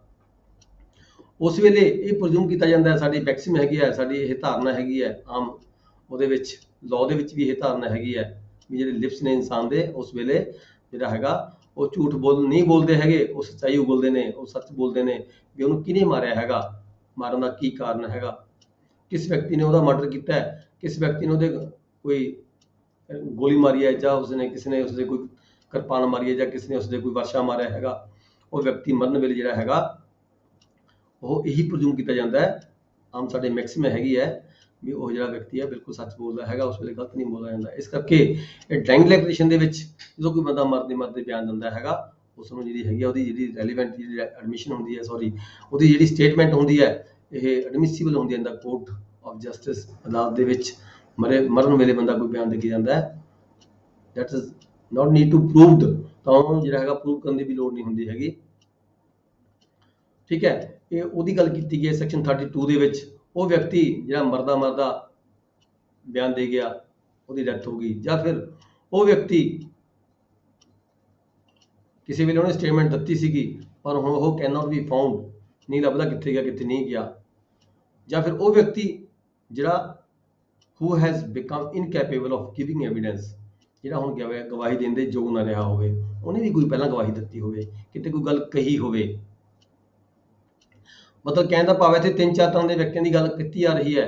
ਕੋਈ ਬੰਦਾ ਮਰਦੇ ਕੋਈ ਬਿਆਨ ਦੇ ਗਿਆ ਹੋਵੇ, ਉਹਦੀ ਡੈਥ ਹੋ ਗਈ ਹੋਵੇ, ਡੈਥ ਹੋਣ ਤੋਂ ਪਹਿਲਾਂ ਕੋਈ ਸਟੇਟਮੈਂਟ ਦੇ ਗਿਆ ਹੋਵੇ, ਉਹਦੀ ਡੈਥ ਹੋ ਗਈ ਹੋਵੇ, ਜਾਂ ਕੋਈ ਐਸਾ ਵਿਅਕਤੀ ਜਿਹਨੇ ਕਦੇ ਸਟੇਟਮੈਂਟ ਦਿੱਤੀ ਹੋਵੇ ਪਰ ਹੁਣ ਉਹ ਬੰਦਾ ਜਿਹੜਾ ਹੈਗਾ ਲੱਭੇ ਨਾ ਕਿੱਥੇ ਗਿਆ ਕਿੱਥੇ ਨਾ ਗਿਆ, ਜਾਂ ਕੋਈ ਐਸਾ ਵਿਅਕਤੀ ਜਿਹਨੇ ਸਟੇਟਮੈਂਟ ਕਿਸੇ ਵੇਲੇ ਦਿੱਤੀ ਸੀਗੀ ਪਰ ਉਹ ਸਟੇਟਮੈਂਟ ਦੇਣ ਦੇ ਯੋਗ ਨਹੀਂ ਰਿਹਾ, ਅਧਰੰਗ ਹੋ ਗਿਆ, ਬੋਲੀ ਬੰਦ ਹੋ ਗਈ, ਕੁਝ ਵੀ ਹੋ ਗਿਆ। ਠੀਕ ਹੈ, ਜਾਂ ਫਿਰ ਉਹ ਵਿਅਕਤੀ whose attendance cannot be procured, ਜਿਹਨੂੰ ਹਾਜ਼ਰ ਨਹੀਂ ਕੀਤਾ ਜਾ ਸਕਦਾ ਕੋਰਟ ਦੇ ਵਿੱਚ ਇਸ ਵੇਲੇ without an amount of delay, ਕੋਈ ਬਹੁਤ ਜ਼ਿਆਦਾ ਸਮਾਂ ਲੱਗ ਸਕਦਾ ਹੈ ਠੀਕ ਹੈ, ਬਹੁਤ ਜ਼ਿਆਦਾ ਐਕਸਪੈਂਸਿਸ ਖਰਚ ਹੋ ਸਕਦੇ ਨੇ, ਉਹਨੂੰ ਜਾਣੀ ਕਿ ਕੋਰਟ ਦੇ ਵਿੱਚ ਪੇਸ਼ ਕਰਨਾ ਨਿਯਤ ਸਮੇਂ ਦੇ ਅੰਦਰ ਅੰਦਰ ਵਾਜਬ ਨਹੀਂ ਹੈਗਾ। ਐਸੇ ਵਿਅਕਤੀਆਂ ਦੇ ਵੱਲੋਂ ਕਿਸੇ ਸਮੇਂ ਤੇ ਕੋਈ ਦਿੱਤੀ ਗਈ ਜਿਹੜੀ ਸਟੇਟਮੈਂਟ ਹੁੰਦੀ ਹੈ ਇਸ ਕਿਸੇ ਘਟਨਾ ਵਾਪਰਨ ਤੋਂ ਪਹਿਲਾਂ, ਠੀਕ ਹੈ, ਉਹ ਜਿਹੜੀ ਸਟੇਟਮੈਂਟ ਹੁੰਦੀ ਹੈ R themselves relevant fact in following cases।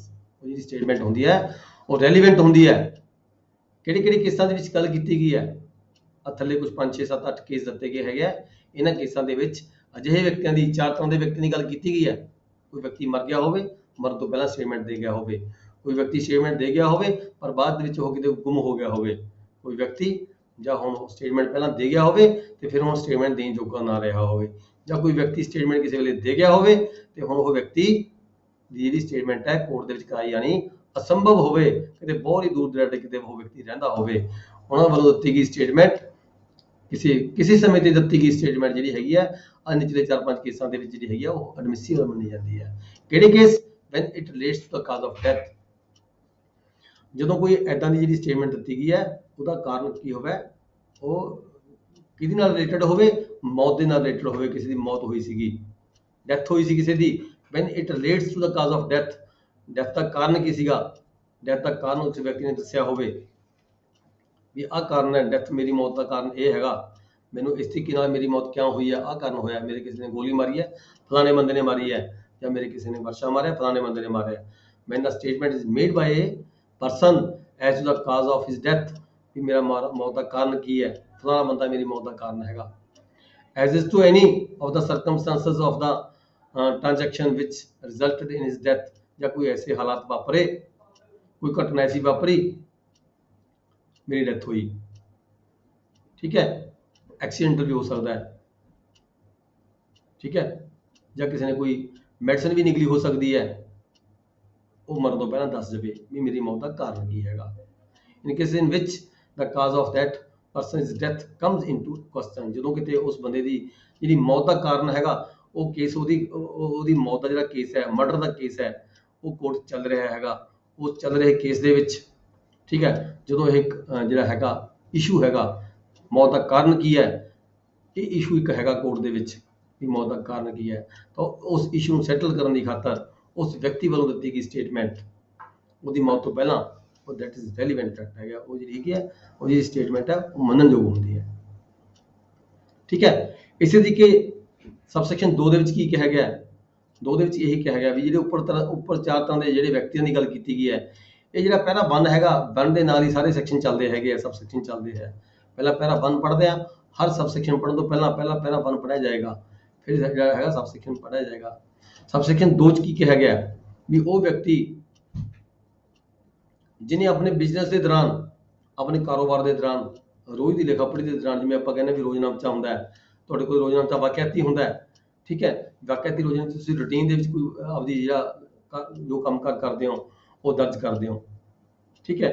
Business ਦਾ ਮਤਲਬ ਇਹ ਨਹੀਂ ਹੁੰਦਾ ਵੀ ਇਕੱਲਾ ਹੀ ਜਿਹੜਾ ਬਿਜ਼ਨਸ ਜਿਹੜਾ ਹੈਗਾ ਕਿਸੇ ਦੁਕਾਨਦਾਰ ਦਾ ਹੋਵੇ, ਕੋਈ ਵੀ ਬਿਜ਼ਨਸ ਹੋ ਸਕਦਾ ਹੈ। ਬਿਜ਼ਨਸ ਦਾ ਮਤਲਬ ਰੂਟੀਨ ਦਾ ਵਰਕ ਅਸੀਂ ਕਰਦੇ ਹਾਂ, ਠੀਕ ਹੈ, ਇਟ ਇਜ਼ ਆਲਸੋ ਮਤਲਬ ਕਿ ਉਹ ਸਾਡਾ ਵਰਕ ਆ ਜਾਂਦਾ ਹੈ। ਰੂਟੀਨ ਦੇ ਵਿੱਚ ਕਿਸੇ ਵਿਅਕਤੀ ਵੱਲੋਂ, ਚਾਹੇ ਉਹ ਮਰ ਗਿਆ ਹੋਵੇ, ਚਾਹੇ ਉਹ ਲੱਭ ਨਾ ਰਿਹਾ ਹੋਵੇ, ਚਾਹੇ ਉਹ ਹੁਣ ਗਵਾਹੀ ਦੇਣ ਦੇ ਯੋਗ ਨਾ ਹੋਵੇ, ਪਰ ਉਸਨੇ ਰੂਟੀਨ ਦੇ ਵਿੱਚ ਆਪਦੇ ਕਾਰੋਬਾਰ ਦੇ ਦੌਰਾਨ ਜੇ ਕਿਸੇ ਬੁੱਕ ਦੇ ਵਿੱਚ ਕੋਈ ਰੂਟੀਨ ਦੇ ਵਿੱਚ ਕੋਈ ਵਰਡਿੰਗ ਲਿਖੀ ਸੀਗੀ, ਉਹ ਜਿਹੜੀ ਵਰਡਿੰਗ ਹੈਗੀ ਹੈ, ਕੋਈ ਲੈਣ ਦੇਣ ਦੀ ਕੋਈ ਆਈਟਮ ਲਿਖੀ ਸੀਗੀ, ਕਿਸ ਤੋਂ ਪੈਸੇ ਲੈਣ ਦੀ ਗੱਲ ਕੀਤੀ ਗਈ ਸੀਗੀ, ਜਾਂ ਕੋਈ ਹੋਰ ਗੱਲ ਲਿਖੀ ਗਈ ਸੀਗੀ, ਰੂਟੀਨ ਦੇ ਵਿੱਚ ਲਿਖੀ ਗਈ ਸੀ ਉਸ ਤੋਂ ਵੱਲੋਂ ਪਹਿਲਾਂ, ਠੀਕ ਹੈ, ਉਹ ਰੈਲੀਵੈਂਟ ਫੈਕਟ ਹੁੰਦਾ, ਉਹ ਮੰਨਣਯੋਗ ਹੁੰਦਾ ਅਦਾਲਤ ਦੇ ਵਿੱਚ। ਇਸੇ ਤਰੀਕੇ ਸਬਸੈਕਸ਼ਨ 3 ਚ ਕੀ ਹੈ? Against interest of the maker, ਕਿਸੇ ਬੰਦੇ ਨੇ ਜਿਹੜਾ ਮਰ ਚੁੱਕਿਆ ਜਾਂ ਲੱਭਦਾ ਨਹੀਂ ਹੈਗਾ, ਠੀਕ ਹੈ, ਜਾਂ ਇਨਕੈਪੇਬਲ ਹੈਗਾ, ਉਹਨੇ ਕੋਈ ਸਟੇਟਮੈਂਟ ਦਿੱਤੀ ਸੀ, ਉਹਦੇ ਹੀ ਖਿਲਾਫ ਸੀ ਸਟੇਟਮੈਂਟ ਉਹ, ਠੀਕ ਹੈ, ਉਹਦੇ ਵੱਲੋਂ ਦਿੱਤੀ ਗਈ ਜਿਹੜੀ ਸਟੇਟਮੈਂਟ ਹੈਗੀ, ਜਦੋਂ ਹੁਣ ਕਿਤੇ ਕੋਰਟ ਦੇ ਵਿੱਚ ਕੇਸ ਚੱਲਦਾ ਹੈਗਾ ਤਾਂ ਉਹਦੇ ਵੱਲੋਂ ਜਿਹੜੀ ਦਿੱਤੀ ਹੋਈ ਸਟੇਟਮੈਂਟ ਹੈ ਰੈਲੀਵੈਂਟ ਹੋਏਗੀ, ਮੰਨਣਯੋਗ ਹੋਏਗੀ, ਜੇ ਉਹਨੇ ਆਪਦੇ ਹੀ ਖਿਲਾਫ ਕੋਈ ਸਟੇਟਮੈਂਟ ਦਿੱਤੀ ਸੀਗੀ। when the statement is against the proprietary interest of the person, ਉਹਦੇ ਵੱਲੋਂ ਹੀ ਕਿਸੇ ਦਿੱਤੇ ਹੋਈ ਸਟੇਟਮੈਂਟ, ਕਈ ਵਾਰੀ ਆਪਣੀ ਸਟੇਟਮੈਂਟ ਦਿੱਤੀ ਆਪਣੇ ਹੀ ਖਿਲਾਫ ਹੋ ਜਾਂਦੀ ਹੈ, ਠੀਕ ਹੈ, ਏਦਾਂ ਦੀ ਗੱਲ ਕੀਤੀ ਗਈ ਇਹਦੇ ਵਿੱਚ। ਕਿਸੇ ਵੇਲੇ ਕੋਈ ਆਪਾਂ ਆਪਣੇ ਇੰਟਰਸਟ ਦੀ ਗੱਲ ਕਰਦੇ ਹਾਂ, ਪਰ ਬਾਅਦ ਵਿੱਚ ਸਾਡੀ ਕਹੀ ਹੋਈ ਗੱਲ ਜਿਹੜੀ ਹੁੰਦੀ ਹੈ ਉਹ ਸਾਡੇ ਹੀ ਖਿਲਾਫ ਚਲੀ ਜਾਂਦੀ ਹੁੰਦੀ ਹੈ, ਇੱਥੇ ਇਹ ਗੱਲ ਕਹੀ ਗਈ ਹੈ ਵੀ ਕਿਸੇ ਵਿਅਕਤੀ ਨੇ ਜਿਹੜਾ ਮਰ ਚੁੱਕਿਆ ਹੈਗਾ ਜਾਂ ਲੱਭ ਨਹੀਂ ਰਿਹਾ ਹੈਗਾ, ਉਸਨੇ ਕਿਸੇ ਵੇਲੇ ਸਟੇਟਮੈਂਟ ਕੋਈ ਦਿੱਤੀ ਸੀਗੀ ਤੇ ਬਾਅਦ ਦੇ ਵਿੱਚ ਹੁਣ ਉਹ ਰੌਲਾ ਪੈ ਗਿਆ, ਝਗੜਾ ਪੈ ਗਿਆ, ਤੇ ਉਹਦੇ ਵੱਲੋਂ ਜਿਹੜੀ ਦਿੱਤੀ ਗਈ ਸਟੇਟਮੈਂਟ ਹੈਗੀ ਆ ਉਹ ਮੰਨਣਯੋਗ ਹੁੰਦੀ ਹੈ।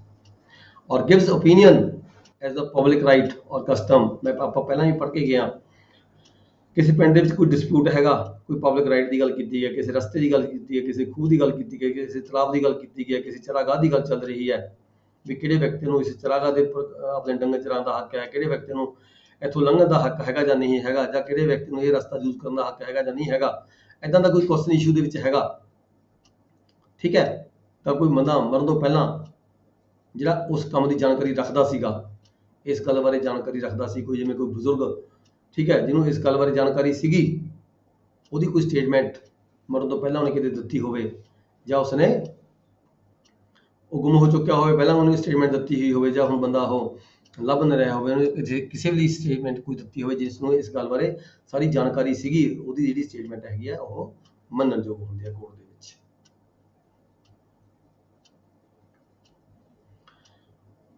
ਅੱਗੇ ਹੈਗਾ ਪਬਲਿਕ ਸਬਸੈਕਸ਼ਨ 5 ਕੀ ਹੈ, relates to the existence of the relationship. ਕਿਸੇ ਦੇ ਰਿਲੇਸ਼ਨਾਂ ਦੀ ਗੱਲ ਕਰਦੇ ਆ, ਕੋਈ ਕਿਸੇ ਦੇ ਰਿਲੇਸ਼ਨਸ਼ਿਪ ਦੀ ਗੱਲ ਚੱਲ ਰਹੀ ਹੈ ਵੀ ਉਹਦਾ ਜਿਹੜਾ ਰਿਲੇਸ਼ਨ ਹੈਗਾ ਉਸ ਦੇ ਨਾਲ ਕੀ ਹੈ, ਹੈਗਾ ਜਾਂ ਨਹੀਂ ਹੈਗਾ, ਕੋਈ ਉਹਦਾ ਲੜਕਾ ਹੈਗਾ ਜਾਂ ਨਹੀਂ ਹੈਗਾ, ਜਾਂ ਉਹਦੀ ਸ਼ਾਦੀ ਹੋਈ ਸੀ ਜਾਂ ਨਹੀਂ ਹੋਈ ਸੀਗੀ, ਠੀਕ ਹੈ, ਕੋਈ ਲੜਕਾ ਸੀਗਾ, ਕਿਸੇ ਵਿਅਕਤੀ ਨੇ ਉਹਨੂੰ ਅਡਾਪਟ ਕੀਤਾ ਸੀ ਜਾਂ ਨਹੀਂ ਕੀਤਾ ਸੀਗਾ, ਇਦਾਂ ਦਾ ਕੋਈ ਕੁਐਸਚਨ ਹੈਗਾ ਅਰਾਈਜ਼ ਹੋਇਆ ਹੋਇਆ ਕੋਰਟ ਦੇ ਵਿੱਚ,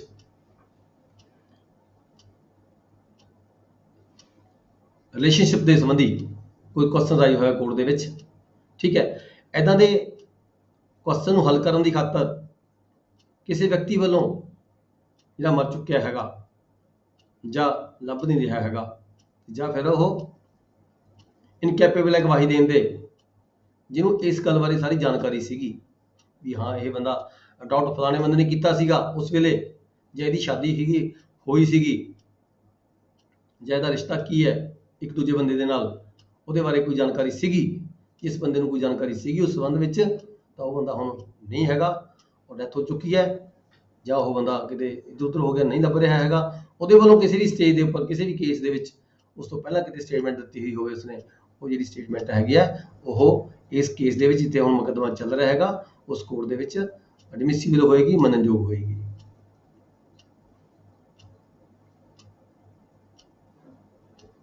ਇਸੇ ਤਰੀਕੇ ਗੱਲ ਕਰਤੇ ਬਿੱਲ ਦੀ ਗੱਲ ਕੀਤੀ ਗਈ ਹੈ, or is made in the bill or deed relating to the family affairs.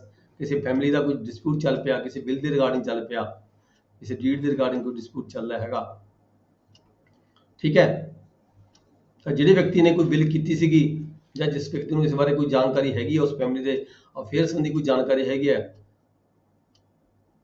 ਤਾਂ ਉਹਦੇ ਵੱਲੋਂ ਦਿੱਤੀ ਕੋਈ ਸਟੇਟਮੈਂਟ ਪਹਿਲਾਂ ਕਿਤੇ ਦਿੱਤੀ ਹੋਈ ਹੋਵੇ, ਜਿਹੜੀ ਸਟੇਟਮੈਂਟ ਕਿਸੇ ਹੋਰ ਕੇਸ ਕੋਈ ਸਟੇਟਮੈਂਟ ਦਿੱਤੀ ਹੋਈ ਹੋਵੇ, ਉਹ ਵੀ ਐਡਮਿਸਿਬਲ ਹੋਏਗੀ।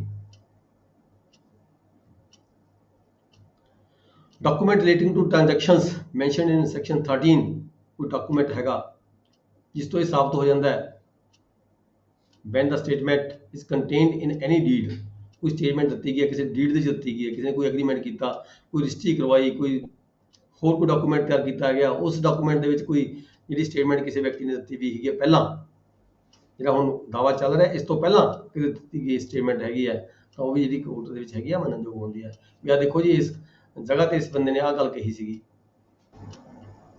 ਬਿਲ ਔਰ ਅਦਰ ਡਾਕੂਮੈਂਟ ਵਿਚ relates to any such transaction, ਜਿਸ ਪ੍ਰੋਪਰਟੀ ਦਾ ਕੋਈ ਡਿਸਪਿਊਟ ਚੱਲ ਰਿਹਾ ਹੈਗਾ ਉਹਦੇ ਸੰਬੰਧੀ ਕੋਈ ਸਟੇਟਮੈਂਟ ਪਹਿਲਾਂ ਦਿੱਤੀ ਗਈ ਹੈ, ਪਹਿਲਾਂ ਕੋਈ ਡਾਕੂਮੈਂਟ ਬਣਿਆ ਹੋਇਆ ਹੈਗਾ, that is relevant, made by several persons and expresses feelings relevant to matter in question, ਕੋਈ ਮੈਟਰ ਹੈਗਾ ਜਿਹੜਾ ਰੈਲੀਵੈਂਟ ਹੈਗਾ ਉਹਦੇ ਸੰਬੰਧੀ ਕੋਈ ਐਕਸਪ੍ਰੈਸ਼ਨ ਕੀ ਦਿੱਤੇ ਹੈ, ਹੁਣ ਕਿਸੇ ਬੰਦੇ ਨੇ ਕੋਈ ਫੀਲਿੰਗ ਕੋਈ ਕੁਝ ਬੰਦੇ ਨੇ ਇਕੱਠੇ ਹੋ ਕੇ ਕੋਈ ਗੱਲ ਕਹੀ ਹੀ ਹੋਵੇ ਪਹਿਲਾਂ, when the statement was made by number of the persons and the expressed feelings of the feeling, ਮਤਲਬ ਕਿ ਸ਼ੋਅ ਕੀਤੀਆਂ ਹੋਣ, ਇੰਪ੍ਰੈਸ਼ਨ ਸ਼ੋਅ ਕੀਤੇ ਹੋਏ ਹੋਣ, ਉਹ ਜੇ ਕੋਈ ਗੱਲ ਦਾ ਸਾਬਤ ਕਰਦਾ ਹੈਗਾ ਤਾਂ ਉਹ ਵੀ ਜਿਹੜਾ ਹੈਗਾ ਕੋਰਟ ਦੇ ਵਿੱਚ ਮੰਨਣਯੋਗ ਹੁੰਦੀ ਹੈ। ਬੰਦਾ ਹੁਣ ਮਰ ਚੁੱਕਿਆ ਹੋਵੇ ਜਾਂ ਨਾ ਲੱਭ ਰਿਹਾ ਹੋਵੇ, ਉਸਨੇ ਕਿਸੇ ਸਟੇਜ ਤੇ ਕੋਈ ਗੱਲ ਕਹੀ ਹੋਵੇ ਤਾਂ ਮੰਨਣਯੋਗ ਹੁੰਦੀ ਹੈ।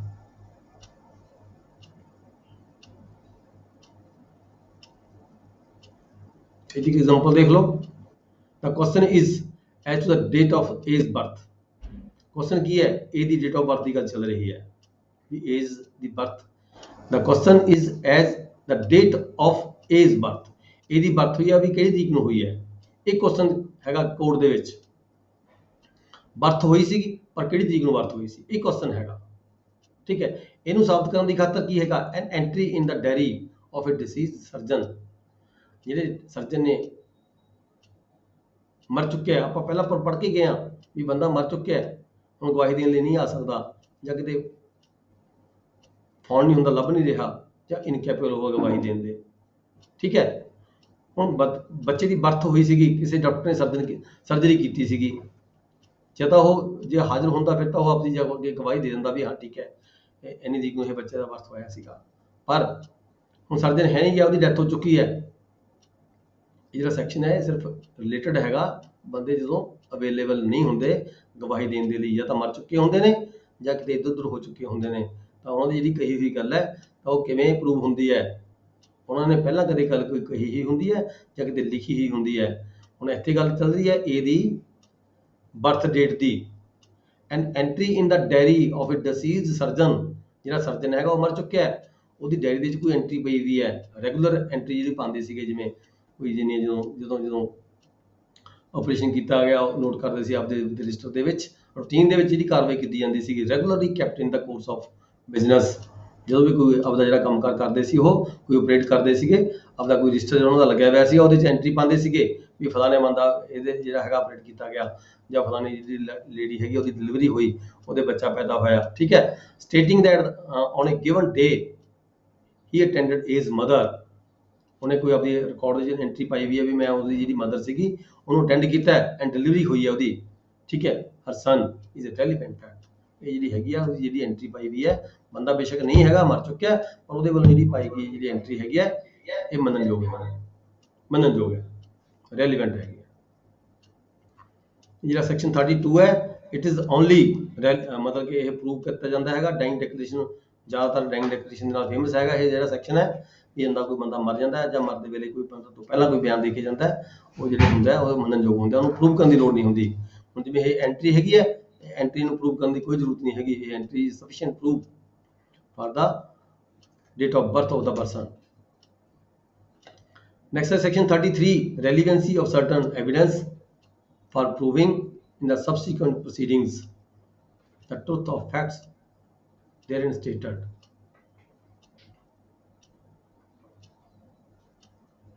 Subsequent proceeding ਨੂੰ ਪ੍ਰੂਵ ਕਰਨ ਦੀ ਖਾਤਰ ਜਿਹੜੀ ਰੈਲੀਵੈਂਸੀ ਹੈਗੀ ਹੈ, ਰੈਲੀਵੈਂਸ ਸਰਟਨ ਐਵੀਡੈਂਸ, ਜਿਹੜੀ ਐਵੀਡੈਂਸ ਹੈ ਉਹ ਰੈਲੀਵੈਂਟ ਹੁੰਦੀ ਹੈ। ਜੇ ਕੋਈ ਸਬਸੀਕੁਐਂਟ ਜਿਹੜਾ ਐਕਟ ਹੈ ਪ੍ਰੂਵ ਕਰਨਾ ਹੈਗਾ, ਉਹਦੇ ਜਿਹੜੀ ਹੈਗੀ ਪਹਿਲੀ ਐਵੀਡੈਂਸ, ਫਿਰ ਦੂਜੀ ਐਵੀਡੈਂਸ, ਇੱਕ ਫੈਕਟ ਨੂੰ ਪ੍ਰੂਵ ਕਰਨ ਦੀ ਖਾਤਰ। ਜਿਵੇਂ ਕਿਸੇ ਦਾ ਆਪਾਂ ਗੱਲ ਕੀਤੀ ਸੀਗੀ ਵੀ ਕੋਈ ਦਾ ਮਰਡਰ ਹੋਇਆ, ਮਰਡਰ ਤੋਂ ਪਹਿਲਾਂ ਕਿਸੇ ਕੋਲੇ ਕੋਈ ਸਮਾਨ ਸੀਗਾ, ਕੋਈ ਅਮਾਉਂਟ ਸੀਗੀ। ਠੀਕ ਹੈ, ਪਹਿਲਾਂ ਇਹ ਵੀ ਪ੍ਰੂਵ ਹੋਏਗਾ ਵੀ ਉਹਦੇ ਕੋਲ ਅਮਾਉਂਟ ਹੈਗੀ ਜਾਂ ਨਹੀਂ ਹੈਗੀ ਸੀਗੀ, ਫਿਰ ਇਹ ਪ੍ਰੂਵ ਹੋਏਗਾ ਵੀ ਹਾਂ ਤਾਂ ਮਰਡਰ ਹੋਇਆ ਨਹੀਂ ਹੋਇਆ। Relevancy of certain evidences for proving in the subsequent proceeding the truth of the fact therein stated. ਉਹੀ ਮਿਲਦੇ ਜੁਲਦੇ ਕੁਐਸਚਨ ਨੇ ਫਿਰ 34 ਚ ਕੀ ਹੈ, entries in the books of accounts when relevant. ਜੋ ਰੂਟੀਨ ਦੇ ਵਿੱਚ ਕੋਈ ਐਂਟਰੀ ਕਿਸੇ ਬੁੱਕ ਦੇ ਵਿੱਚ ਕੀਤੀ ਜਾਂਦੀ ਹੈ, ਜਿਵੇਂ ਤੁਸੀਂ ਐਂਟਰੀ ਕਰਦੇ ਹੋ, ਰੋਜ਼ਾਨਾ ਕਰਦੇ ਹੋ, ਹੋਰ ਕਰਦੇ ਹੈਗੇ ਹੋ, ਤਾਂ ਉਹ ਮੰਨਣਯੋਗ ਹੁੰਦੀਆਂ ਰੂਟੀਨ ਦੀਆਂ ਕੀਤੀਆਂ ਗਈਆਂ ਐਂਟਰੀਆਂ। ਸਪੈਸ਼ਲ ਐਂਟਰੀ ਪਰ ਇਹ ਸਾਬਤ ਨਾ ਹੋਵੇ ਵੀ ਇਹ ਕੱਟ ਵੱਟ ਕਰਕੇ ਜਗ੍ਹਾ ਬਣਾ ਕੇ ਇਹ ਜਿਹੜੀ ਐਂਟਰੀ ਬਾਅਦ 'ਚ ਕੀਤੀ ਗਈ ਹੈਗੀ ਹੈ, ਤਾਂ ਉਹ ਮੰਨਣਯੋਗ ਨਹੀਂ ਹੁੰਦੀ। ਪਰ ਰੂਟੀਨ 'ਚ ਕੋਈ ਐਂਟਰੀ ਕੀਤੀ ਗਈ ਹੈ, ਕਿਤਾਬਾਂ 'ਚ ਕੋਈ ਅਕਾਊਂਟਸ ਬੁੱਕ ਦੇ ਵਿੱਚ ਕੋਈ ਲਾਈਨ ਲਿਖੀ ਗਈ ਹੈਗੀ ਹੈ, ਠੀਕ ਹੈ, ਉਹ ਰੈਲੀਵੈਂਟ ਹੁੰਦੀ ਹੈ। ਪਬਲਿਕ ਰਿਕਾਰਡ ਦੇ ਵਿੱਚ ਵੀ relevant entry in public record made in performance of duty. ਕਿਸੇ ਆਫੀਸਰ ਦੀ, ਕਿਸੇ ਮੁਲਾਜ਼ਮ ਦੀ ਕੋਈ ਡਿਊਟੀ ਲੱਗੀ ਵੀ ਹੈ, ਉਹ ਪਬਲਿਕ ਰਿਕਾਰਡ ਤਿਆਰ ਕਰ ਰਿਹਾ ਹੈਗਾ, ਨਾਲ ਨਾਲ ਕੋਈ ਬੰਦਾ ਹਸਪਤਾਲ ਦੇ ਵਿੱਚ ਗਿਆ, ਉਹਦੀ ਐਂਟਰੀ ਪਈ, ਉਹਨੇ ਜਾ ਕੇ ਡਾਕਟਰ ਨੂੰ ਚੈੱਕ ਕਰਵਾਇਆ ਹੈਗਾ। ਠੀਕ ਹੈ, ਉਹ ਬੰਦਾ ਉਸ ਵੇਲੇ ਕਿੱਥੇ ਸੀਗਾ, ਕਿਹੜੀ ਜਗ੍ਹਾ ਤੇ ਸੀਗਾ, ਇਹ ਕਦੇ ਇਹ ਪ੍ਰੂਵ ਕਰਨ ਦੀ ਲੋੜ ਪੈਂਦੀ ਹੈ ਜਦੋਂ ਡਾਕੂਮੈਂਟ ਦੇ ਵਿੱਚ, ਰਜਿਸਟਰ ਦੇ ਵਿੱਚ ਕੋਈ ਐਂਟਰੀ, ਪਬਲਿਕ ਰਜਿਸਟਰ ਦੇ ਵਿੱਚ ਕੋਈ ਐਂਟਰੀ ਪਈ ਵੀ ਹੈਗੀ ਹੈ, ਉਹ ਰੈਲੀਵੈਂਟ ਮੰਨੀ ਜਾਂਦੀ ਹੈ ਵੀ ਹਾਂ ਬੰਦਾ ਇੰਨੀ ਤਰੀਕ ਨੂੰ ਇੰਨੇ ਵਜੇ ਇਸ ਹਸਪੀਟਲ ਦੇ ਵਿੱਚ ਆਇਆ ਸੀ, ਦਿਖਾਉਣ ਵਾਸਤੇ ਆਇਆ ਸੀ, ਫਲਾਣੇ ਡਾਕਟਰ ਨੂੰ ਇਸ ਨੇ ਜਿਹੜਾ ਹੈਗਾ ਆਪਣਾ ਚੈੱਕ ਕਰਵਾਇਆ ਸੀਗਾ। 36 ਕੀ ਹੈ, relevancy of the statement in maps, charts or plans. ਕੋਈ ਸਟੇਟਮੈਂਟ ਹੈ, ਕੋਈ ਨਕਸ਼ਾ ਬਣਾਇਆ ਹੋਇਆ ਹੈ, ਕੋਈ ਚਾਰਟ ਬਣਾਇਆ ਹੋਇਆ ਹੈ, ਕੋਈ ਪਲਾਨ ਬਣਾਇਆ ਹੋਇਆ ਹੈਗਾ, ਉਹਦੇ ਵਿੱਚ ਕੁਝ ਲਿਖਿਆ ਹੋਇਆ ਹੈਗਾ, ਠੀਕ ਹੈ, ਉਹਨੂੰ ਵੀ ਆਪਾਂ ਕੋਈ ਗੱਲ ਨੂੰ ਸਾਬਤ ਕਰਨ ਦੀ ਖਾਤਰ ਜਿਵੇਂ ਆਪਾਂ ਨਕਸ਼ਾ ਸਾਬਤ ਕਰਦੇ ਹਾਂ ਵੀ ਆਹ ਮੇਰੇ ਇੰਨੇ ਕਰਮਾਂ ਨੇ, ਠੀਕ ਹੈ, ਮੇਰੇ ਖੇਤ ਦੀਆਂ ਇੰਨੇ ਕਰਮਾਂ ਨੇ, ਉਹ ਕਹਿੰਦਾ ਮੇਰੇ ਖੇਤ ਦੀਆਂ ਇੰਨੇ ਕਰਮਾਂ ਹੈਗੀਆਂ ਨੇ। ਤਾਂ ਜਦੋਂ ਕੋਈ ਰਿਕਾਰਡ ਦੇ ਵਿੱਚ ਕੋਈ ਪ੍ਰੂਵ ਕਰਨਾ ਹੁੰਦਾ ਹੈ, ਤਾਂ ਜਿਹੜਾ ਨਕਸ਼ਾ ਹੁੰਦਾ ਹੈ ਉਹ ਅਸੀਂ ਪੇਸ਼ ਕਰਦੇ ਹਾਂ। This is also relevant act. Relevance of the statement as to the fact of public nature contained in the certain acts or notifications। ਕਈ ਵਾਰੀ ਕੀ ਕਰਨੇ ਆਪਾਂ ਆਪਣੀ ਗੱਲ ਨੂੰ ਸਾਬਤ ਕਰਨ ਦੀ ਖਾਤਰ ਆਪਾਂ ਕਾਨੂੰਨ ਦੀ ਗੱਲ ਕਰਦੇ ਹਾਂ, ਆਪਾਂ ਐਕਟ ਦੀ ਗੱਲ ਕਰਦੇ ਹਾਂ, ਠੀਕ ਹੈ, ਤਾਂ ਉਸ ਵੇਲੇ ਕੋਈ ਕਿਸੇ ਸਟੇਟਮੈਂਟ ਨੂੰ ਸਾਬਤ ਜਦੋਂ ਕਰਨਾ ਹੈਗਾ ਤਾਂ ਅਸੀਂ ਐਕਟ ਦੀ ਕਾਪੀ ਦਿੰਦੇ ਹਾਂ ਵੀ ਆਹ ਦੇਖੋ ਐਕਟ ਇਹ ਗੱਲ ਕਹਿੰਦਾ ਹੈਗਾ, ਠੀਕ ਹੈ। ਕੋਈ ਪ੍ਰੋਪਰਟੀ ਅਟੈਚ ਕਰਨੀ ਹੈ, ਪ੍ਰੋਪਰਟੀ ਅਟੈਚ ਕਰਨ ਤੋਂ ਪਹਿਲਾਂ ਸਾਨੂੰ ਸਾਡੇ ਸੀਨੀਅਰ ਆਫੀਸਰ ਤੋਂ ਇਹਦੀ ਪਰਮਿਸ਼ਨ ਲੈਣੀ ਪੈਂਦੀ ਹੈ। ਕਿੱਥੇ ਲੈਣੀ ਪੈਂਦੀ ਹੈ? ਲਾਅ ਕੀ ਕਹਿੰਦਾ ਹੈ, ਜਿਵੇਂ ਲੈਂਡ ਰੈਵਨਿਊ ਐਕਟ ਹੈਗਾ ਸੈਕਸ਼ਨ 72 ਹੈਗਾ, 72 ਦੇ ਵਿੱਚ ਅਸੀਂ ਕੋਈ ਅਟੈਚਮੈਂਟ ਕਰਦੇ ਹਾਂ ਤਾਂ ਸਾਨੂੰ ਜਿਹੜੀ ਹੈਗੀ ਆ ਆਪਣੇ ਸੀਨੀਅਰ ਤੋਂ ਪਰਮਿਸ਼ਨ ਲੈਣੀ ਪੈਂਦੀ ਹੈ, ਠੀਕ ਹੈ। ਇੱਦਾਂ ਦੀ ਕੋਈ ਗੱਲ ਸਾਬਤ ਕਰਨੀ ਹੁੰਦੀ ਹੈ ਤਾਂ ਅਸੀਂ ਐਕਟ ਨੂੰ ਵੀ ਪੇਸ਼ ਕਰਕੇ ਸਾਬਤ ਕਰ ਸਕਦੇ ਹਾਂ। 38 ਕੀ ਹੈਗਾ? Relevancy of the statements as to any law contain in the law books. ਜਿਵੇਂ ਐਡਵੋਕੇਟ ਕਰਦੇ ਹੈਗੇ ਆ, ਐਡਵੋਕੇਟ ਕੋਈ ਆਪਦੀ ਕੋਈ ਕਿਸੇ ਲਾਅ ਦੇ ਵਿੱਚ ਕੀ ਕਾਨੂੰਨ ਕੀ ਕਹਿੰਦਾ ਹੈ ਵੀ ਆਹ ਜਿਹੜਾ ਹੈਗਾ ਦਾਵਾ ਪਾਉਣ ਤੋਂ ਪਹਿਲਾਂ ਦਾਵਾ ਇਹਦੇ ਵਿੱਚ ਅਪੀਲ ਦਾ ਸਮਾਂ ਇੰਨਾ ਹੈ, ਠੀਕ ਹੈ, ਜਾਂ ਫਲਾਣੀ ਕੋਰਟ ਨੇ ਆਹ ਗੱਲ ਕਹੀ, ਜਾਂ ਲਾਅ ਇਹ ਗੱਲ ਕਹਿੰਦਾ ਵੀ ਤੁਹਾਡਾ ਜਿਹੜਾ ਸਮਾਂ ਨਿਕਲ ਚੁੱਕਿਆ, 3 ਮਹੀਨੇ ਦੇ ਅੰਦਰ ਤੁਸੀਂ ਦਾਵਾ ਦਾਇਰ ਕਰਨਾ ਸੀਗਾ, ਠੀਕ ਹੈ। ਕੋਈ ਗੱਲ ਜਦੋਂ ਕੋਈ ਸਟੇਟਮੈਂਟ ਕੋਈ ਸਾਬਤ ਕਰਨੀ ਹੁੰਦੀ ਹੈ ਤਾਂ ਅਸੀਂ ਕਾਨੂੰਨ ਦੀ ਬੁੱਕ ਨੂੰ ਵੀ ਪੇਸ਼ ਕਰ ਸਕਦੇ ਹਾਂ। How much of statement is to be proved? ਕਿੰਨੀ ਸਟੇਟਮੈਂਟ ਨੂੰ ਪ੍ਰੂਵ ਕਰਨ ਦੀ ਲੋੜ ਹੁੰਦੀ ਹੈ? What evidence to be given when statement forms part of a conversation, document, book or series of the letters or the papers। ਜਦੋਂ ਕਿਸੇ book ਦੇ ਵਿੱਚ ਕੋਈ ਸਟੇਟਮੈਂਟ ਦਿੱਤੀ ਗਈ ਹੁੰਦੀ ਹੈ, ਜਿੰਨੀ ਕੁ ਐਵੀਡੈਂਸ ਸਾਡੀ ਜ਼ਰੂਰਤ ਹੁੰਦੀ ਹੈ ਅਸੀਂ ਉਨੀ ਹੀ ਪੂਰੀ ਬੁੱਕ ਨੂੰ ਸਾਬਤ ਕਰਨ ਦੀ ਲੋੜ ਨਹੀਂ ਹੁੰਦੀ ਵੀ ਅਸੀਂ ਪਹਿਲਾਂ ਪੂਰੀ ਬੁੱਕ ਸਾਬਤ ਕਰੀਏ ਵੀ ਹਾਂ ਇਹ ਫਲਾਣੀ ਬੁੱਕ ਹੈ ਜੀ। ਤਾਂ ਜਿੰਨੀ ਕੁ ਸਟੇਟਮੈਂਟ ਸਾਨੂੰ ਜ਼ਰੂਰਤ ਹੁੰਦੀ ਹੈ ਅਸੀਂ ਉਨੀ ਹੀ ਜਿਹੜੀ ਸਟੇਟਮੈਂਟ ਹੈਗੀ ਆ ਉਹ ਸਾਬਤ ਕਰਨ ਦੀ ਲੋੜ ਪੈਂਦੀ ਹੈਗੀ ਆ। ਉਹਨਾਂ ਪੋਰਸ਼ਨ ਆਪਾਂ ਦੇਖਿਆ ਵੀ ਕਿਹੜੇ ਪੈਰੇ ਦੇ ਨਾਲ ਸਾਡਾ ਸੰਬੰਧ ਹੁੰਦਾ ਹੈ, ਅਸੀਂ ਉਹਨੇ ਪੈਰੇ ਦੀ ਜਿਹੜੀ ਫੋਟੋ ਕਾਪੀ ਹੁੰਦੀ ਹੈ ਅਸੀਂ ਕੋਰਟ ਪੇਸ਼ ਕਰਦੇ ਹਾਂ। Previous judgments relevant to bar a second suit or trial। ਜਿਵੇਂ ਆਪਾਂ ਪੜ੍ਹ ਕੇ ਗਏ ਆ ਰੈਸ ਜੁਡੀਕਾਟਾ, ਸਿਵਲ ਸੂਟ ਤੁਸੀਂ ਪੜ੍ਹਿਆ ਸੀ ਰੈਸ ਜੁਡੀਕਾਟਾ, ਠੀਕ ਹੈ। ਰੈਸ ਜੁਡੀਕਾਟਾ ਕੀ ਸੀਗਾ? ਸੈਕਸ਼ਨ 10 ਉਹ 'ਚ ਪੜ੍ਹਿਆ ਸੀ ਵੀ ਜੇ ਕੋਈ ਪਹਿਲਾ ਮੁਕੱਦਮਾ ਪਹਿਲਾਂ ਫਾਈਲ ਹੋ ਚੁੱਕਿਆ, ਪਹਿਲਾਂ ਕੋਈ ਜਿਹੜੀ ਜੱਜਮੈਂਟ ਆ ਚੁੱਕੀ ਹੈਗੀ ਹੈ, ਦੁਬਾਰਾ ਫਿਰ ਉਹ ਜਿਹੜਾ ਹੈਗਾ ਦਾਵਾ ਦਾਇਰ ਨਹੀਂ ਹੋ ਸਕਦਾ। ਇਸ ਕਰਕੇ ਇਸ ਗੱਲ ਨੂੰ ਸਾਬਤ ਕਰਨ ਦੀ ਖਾਤਰ ਵੀ ਇਹ ਪਹਿਲਾਂ ਦੁਬਾਰਾ ਜਿਹੜਾ ਦਾਵਾ ਹੈਗਾ ਇਹ ਹੋ ਚੁੱਕਿਆ, ਅਸੀਂ ਜੱਜਮੈਂਟ ਦੀ ਕਾਪੀ ਨਾਲ ਲਗਾ ਕੇ ਜਿਹੜਾ ਹੈਗਾ ਉਸ ਨੂੰ ਸਾਬਤ ਕਰਦੇ ਹਾਂ। previous judgment relevant to bar second suit, ਦੂਜੇ ਸੂਟ ਨੂੰ ਖਤਮ ਕਰਾਉਣ ਦੀ ਖਾਤਰ, ਰੋਕਣ ਦੀ ਖਾਤਰ ਵੀ ਦੂਜਾ ਦਾਵਾ ਨਹੀਂ ਹੋ ਸਕਦਾ, ਤਾਂ ਜਿਹੜੀ ਪਹਿਲੇ ਜੱਜਮੈਂਟ ਦੀ ਕਾਪੀ ਹੈਗੀ ਆ ਉਹ ਅਸੀਂ ਨਾਲ ਲਗਾ ਕੇ ਪੇਸ਼ ਕਰ ਸਕਦੇ ਹਾਂ। ਸੈਕਸ਼ਨ 41 ਹੈ relevancy of the certain judgements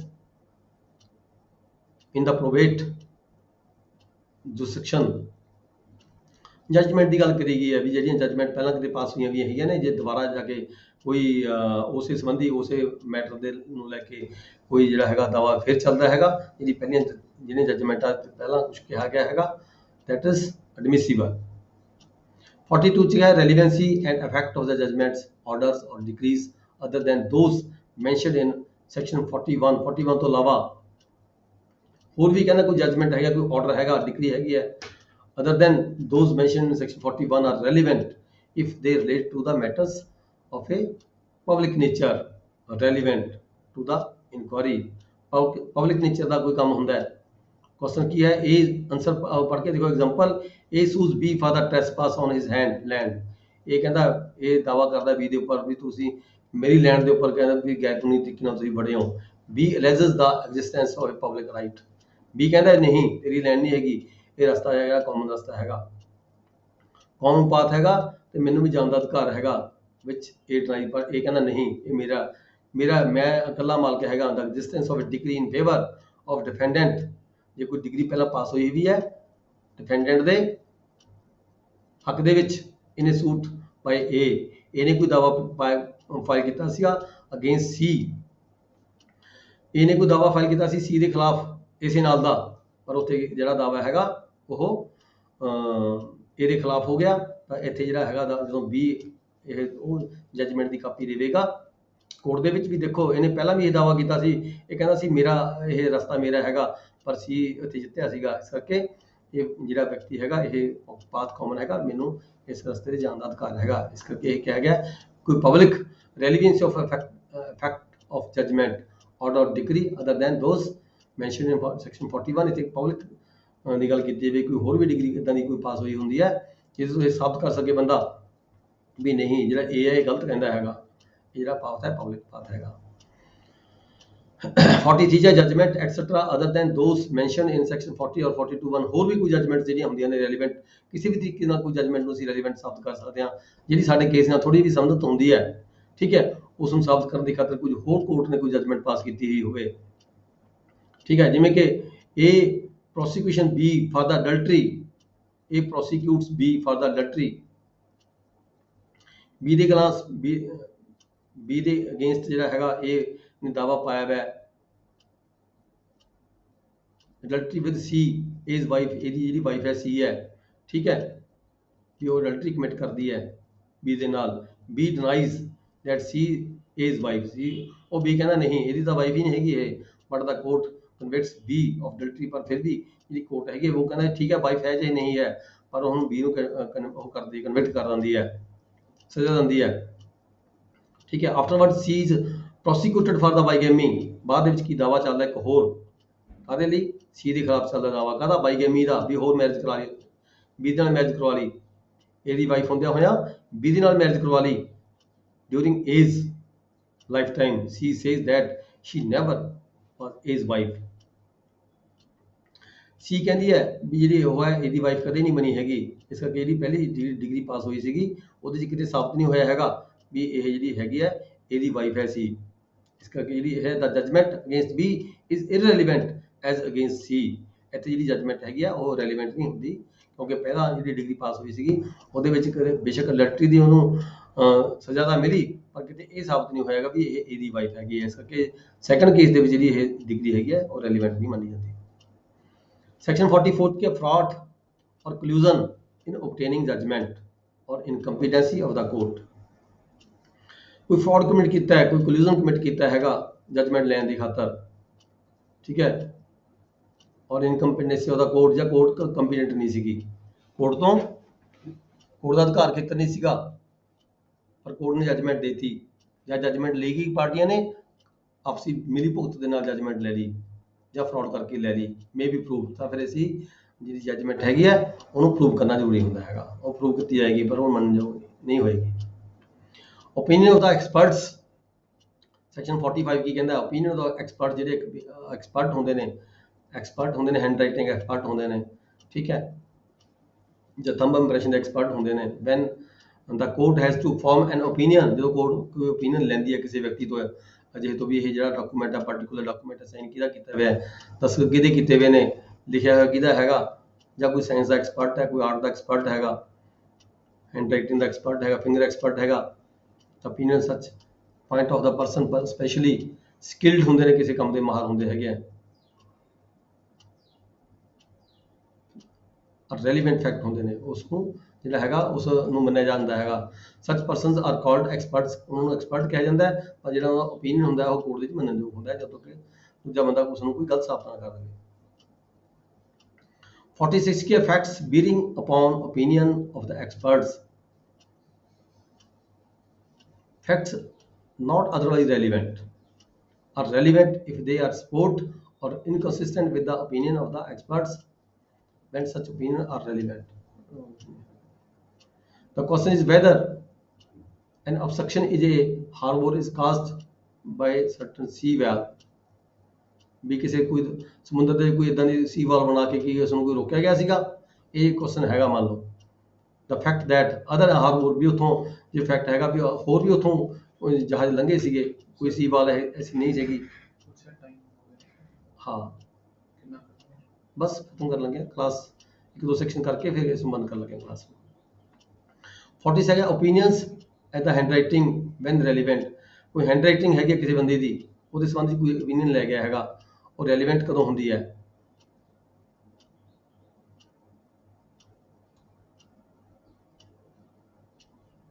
ਜਦੋਂ ਕਿਸੇ ਵਿਅਕਤੀ ਦੀ ਹੈਂਡਰਾਈਟਿੰਗ ਦੇ ਸੰਬੰਧੀ ਕਿਸੇ ਨੇ ਕੋਈ ਬਿੱਲ ਲਿਖੀ ਹੈ ਜਾਂ ਕੋਈ ਡਾਕੂਮੈਂਟ ਹੈਂਡਰਾਈਟਿੰਗ ਕੀਤਾ ਹੋਇਆ ਹੈ ਜਾਂ ਕਿਸੇ ਸਾਈਨ ਕੀਤੇ ਹੋਏ ਹੈਗੇ ਆ ਉਹਦੇ ਸੰਬੰਧ 'ਚ ਕੋਈ opinion ਲਈ ਜਾਂਦੇ ਕਿਸੇ expert the that is also relevant fact ਹੈਗਾ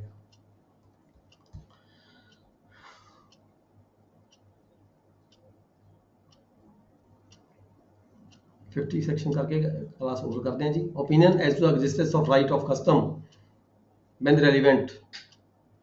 किस राइट की गल करते हैं आप, वही राइट की कस्टम की गल की, जिवें आप पहले देखिए भी कोई रस्ता हैगा, कोई टोबा हैगा, कोई तलाब हैगा, कोई खूह हैगा, उत्थे जाण दा कोई जिहड़ा हैगा किसी नूं अधिकार है, किसी नूं अधिकार नहीं हैगा, ਉਹਦੇ ਸੰਬੰਧ 'ਚ ਕੋਈ ओपीनियन लिया जाता है। ठीक है, वो व्यक्ति तो लिया जाता है the person who would be likely to know, ਜਿਹਨੂੰ ਇਹਦੇ ਬਾਰੇ ਕੋਈ ਜਾਣਕਾਰੀ ਸੀਗੀ ਕਿਸੇ ਪੁਰਾਣੇ ਬੰਦੇ ਨੂੰ, ਉਹਦਾ ਕੋਈ ओपीनियन लिया जाता है, ਤਾਂ ਇਹ ਜਿਹੜਾ ओपीनियन ਹੁੰਦਾ ਹੈ ਇਹ ਰੈਲੀਵੈਂਟ ਹੁੰਦਾ ਹੈ। ਇਸੇ ਤਰੀਕੇ ओपीनियंस as to uses tenants when relevant, ਇਹ ਛੱਡੋ ਜੀ ਕੁਝ ਨਹੀਂ ਹੈਗਾ ਇਹਦੇ ਵਿੱਚ। ਨੈਕਸਟ ओपीनियन ਔਰ ਰਿਲੇਸ਼ਨਸ਼ਿਪ when relevant, ਕਿਸੇ ਵਿਅਕਤੀ ਦਾ ਕਿਸੇ ਨਾਲ ਦੂਜੇ ਨਾਲ ਕੀ ਰਿਲੇਸ਼ਨ ਹੈਗਾ, ਕਿ ਉਹਦਾ ਅਡਾਪਸ਼ਨ ਸਨ ਹੈਗਾ ਜਾਂ ਉਹਦੀ ਕਿਸੇ ਨਾਲ ਸ਼ਾਦੀ ਹੋਈ ਜਾਂ ਨਹੀਂ ਹੋਈ। ਇਸ ਤਰੀਕੇ ਉਹਨਾਂ ਵਿਅਕਤੀ ਦਾ ਕਿਸੇ ਦਾ ओपीनियन ਲਿਆ ਜਾਣਾ ਜਿਹਨੂੰ ਇਹਦੇ ਬਾਰੇ ਕੋਈ ਜਾਣਕਾਰੀ ਸੀਗੀ। ਠੀਕ ਹੈ, ਉਹ ਜਿਹੜਾ ਜਿਸ ਬੰਦੇ ਨੂੰ ਇਹਦੇ ਬਾਰੇ ਕੋਈ ਜਾਣਕਾਰੀ ਸੀ, ਖਾਸ ਕਿਸੇ ਪੁਰਾਣੇ ਬੰਦੇ ਤੋਂ ਕੋਈ ओपीनियन ਲਿਆ ਜਾਣਾ, ਉਹ ਹੈਗਾ ਜਿਹੜਾ ਮੰਨਣਯੋਗ ਹੁੰਦਾ, ਰੈਲੀਵੈਂਟ ओपीनियन ਹੁੰਦਾ। ਅੱਜ ਦਾ ਜਿਹੜਾ ਲੈਕਚਰ ਜੀ ਆਪਾਂ ਇੱਥੇ ਬੰਦ ਕਰਾਂਗੇ।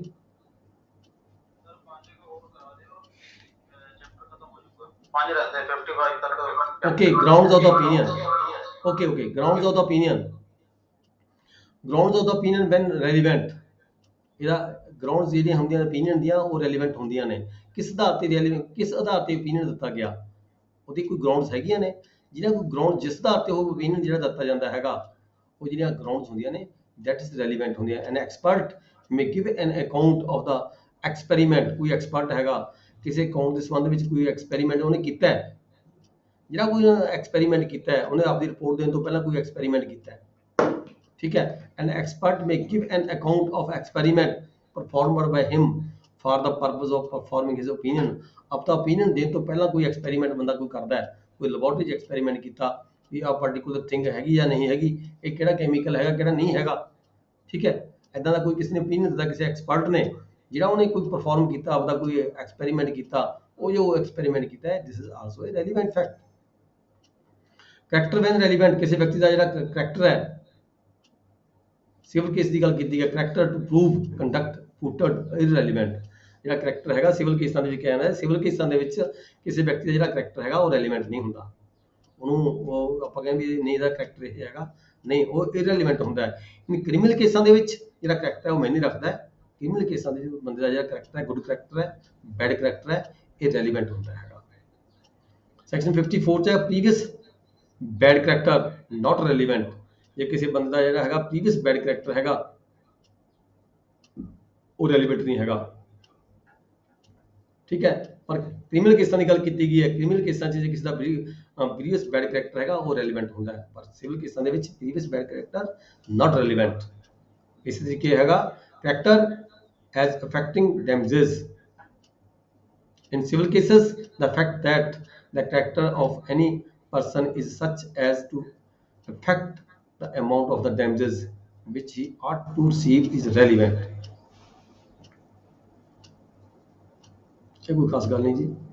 ਇਹਦੇ ਨਾਲ ਜਿਹੜਾ ਆਪਣਾ ਚੈਪਟਰ 1 ਹੈਗਾ ਖਤਮ ਹੋ ਜਾਂਦਾ ਹੈ ਜੀ। ਠੀਕ ਹੈ, ਕਿਸੇ ਦਾ ਕੋਈ ਕੁਐਸਚਨ ਕਰ ਸਕਦੇ ਆ? ਕੀ ਆਪਾਂ ਸ਼ਾਮ ਨੂੰ ਹੈ ਜੀ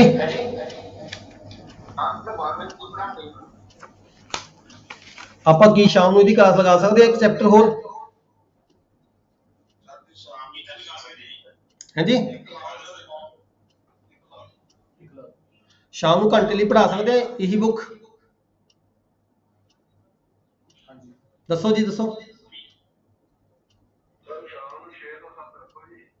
ਸ਼ਾਮ ਨੂੰ 6 ਤੋਂ 7 1 ਘੰਟਾ ਕਾ ਲੱਗੇਗੀ ਸਿਰਫ।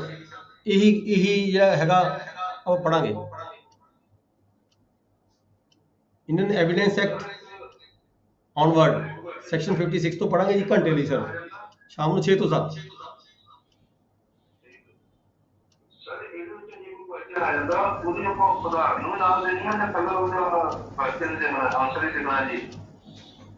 ਤੁਸੀਂ ਐਗਜ਼ਾਮਪਲ ਦੇ ਕਿਸੇ ਲਈ ਉਦੋਂ ਜ਼ਿਆਦਾ ਬੈਟਰ ਹੈਗਾ, ਅਦਰਵਾਈਜ਼ ਤੁਹਾਨੂੰ ਸਮਝਾਉਣਾ ਔਖਾ ਹੋਏਗਾ, ਪਰ ਤੁਸੀਂ ਜੇ ਛੋਟਾ ਹੈਗਾ ਤਾਂ ਤੁਸੀਂ ਲਿਖ ਸਕਦੇ ਹੋ। ਤਾਂ ਜਿਹੜਾ ਆਨਸਰ ਹੈਗਾ ਆਪਾਂ ਸੈਕਸ਼ਨ ਤੋਂ ਲਿਖਾਂਗੇ, ਸੈਕਸ਼ਨ ਲਿਖ ਕੇ ਫਿਰ ਅਸੀਂ ਐਗਜ਼ਾਮਪਲ ਦੇਵਾਂਗੇ। ਸੈਕਸ਼ਨ ਲਿਖ ਕੇ ਫਿਰ ਅਸੀਂ ਐਗਜ਼ਾਮਪਲ ਦੇ ਸਕਦੇ ਹਾਂ ਜੀ। ਹਾਂਜੀ, ਸ਼ਾਮ ਨੂੰ 6 ਤੋਂ 7 ਕਲਾਸ ਹੋਏਗੀ ਜੀ ਦੀ। ਸੈਕਸ਼ਨ ਦਾ ਤੁਹਾਨੂੰ ਪਤਾ ਨਹੀਂ ਲੱਗ ਰਿਹਾ ਤਾਂ ਕਿੰਨਾ ਕੁ ਰੈਲੇਵੈਂਟ ਉਹਦੀ ਵੇਟੇਜ ਘਟ ਜਾਂਦੀ ਹੈ ਜੀ। ਦੇਖੋ ਨੰਬਰ ਤਾਂ ਮਿਲਦੇ ਆ ਪਰ ਵੇਟੇਜ ਘਟ ਜਾਂਦੀ ਹੈ। ਠੀਕ ਹੈ ਜਵਾਨੀ ਸਾਨੂੰ ਯਾਦ ਹੈ ਬਟ ਇਹ ਸੈਕਸ਼ਨ ਦਾ ਪਤਾ ਨਹੀਂ ਪਰ ਚਲੋ ਤੁਸੀਂ ਜੇ ਜਵਾਨੀ ਯਾਦ ਹੈ ਸੈਕਸ਼ਨ ਦਾ ਨਹੀਂ ਪਤਾ, ਪਹਿਲਾਂ ਤੁਸੀਂ ਆਨਸਰ ਦਿਓ, ਸੈਕਸ਼ਨ ਬਾਅਦ ਚ ਲੱਭ ਲੱਭ ਕੇ ਲਿਖ ਦਿਓ। ਪਹਿਲਾਂ ਕੁਐਸਚਨ, ਪਹਿਲਾਂ ਜਿਹੜਾ ਤੁਹਾਡਾ ਕੁਐਸਚਨ ਪੇਪਰ ਹੈ ਉਹਨੂੰ ਸੋਲਵ ਕਰ ਲਓ, ਉੱਥੇ ਮਾਰਕ ਕਰ ਲਓ ਆਪਦਾ ਵੀ ਹਾਂ ਮੈਂ ਇਹਦਾ ਸੈਕਸ਼ਨ ਜੇ ਲਿਖਣਾ ਰਹਿੰਦਾ ਹੈ ਉੱਥੇ ਆਪਦੀ ਮਾਰਕਿੰਗ ਕਰ ਲਓ। ਲਾਸਟ ਵਿੱਚ ਸਾਰੇ ਫਟਾਫਟ ਸੈਕਸ਼ਨ ਦੇਖ ਕੇ ਜਿੱਥੇ ਲੱਭਦਾ ਲਿਖ ਦਿਓ, ਜਿੱਥੇ ਨਹੀਂ ਲੱਭਦਾ ਤੇ ਰਹਿਣ ਦਿਓ। ਪਰ ਕੁਐਸਚਨ ਦਾ ਜਿਹੜੇ ਆਨਸਰ ਹੈ ਉਹ ਦੇ ਦੇਣੇ ਜ਼ਿਆਦਾ ਬੈਟਰ ਹੁੰਦੇ ਆ। ਜੇ ਤੁਹਾਨੂੰ ਲੱਭੇ ਤੁਹਾਨੂੰ ਆਨਸਰ ਆਂਦਾ ਹੈ that is sufficient to give the answer. Answer ਦੇਣਾ ਜ਼ਰੂਰੀ ਹੈ, ਪਰ ਇਹ ਨਹੀਂ ਗਾ ਵੀ ਜੇ ਤੁਹਾਨੂੰ ਕੁਐਸਚਨ ਸੈਕਸ਼ਨ ਨਹੀਂ ਲੱਭਿਆ ਤੁਸੀਂ ਆਨਸਰ ਵੀ ਨਾ ਦੇਵੋ, ਨਹੀਂ। ਠੀਕ ਹੈ ਜੀ। Class is over, thank you very much.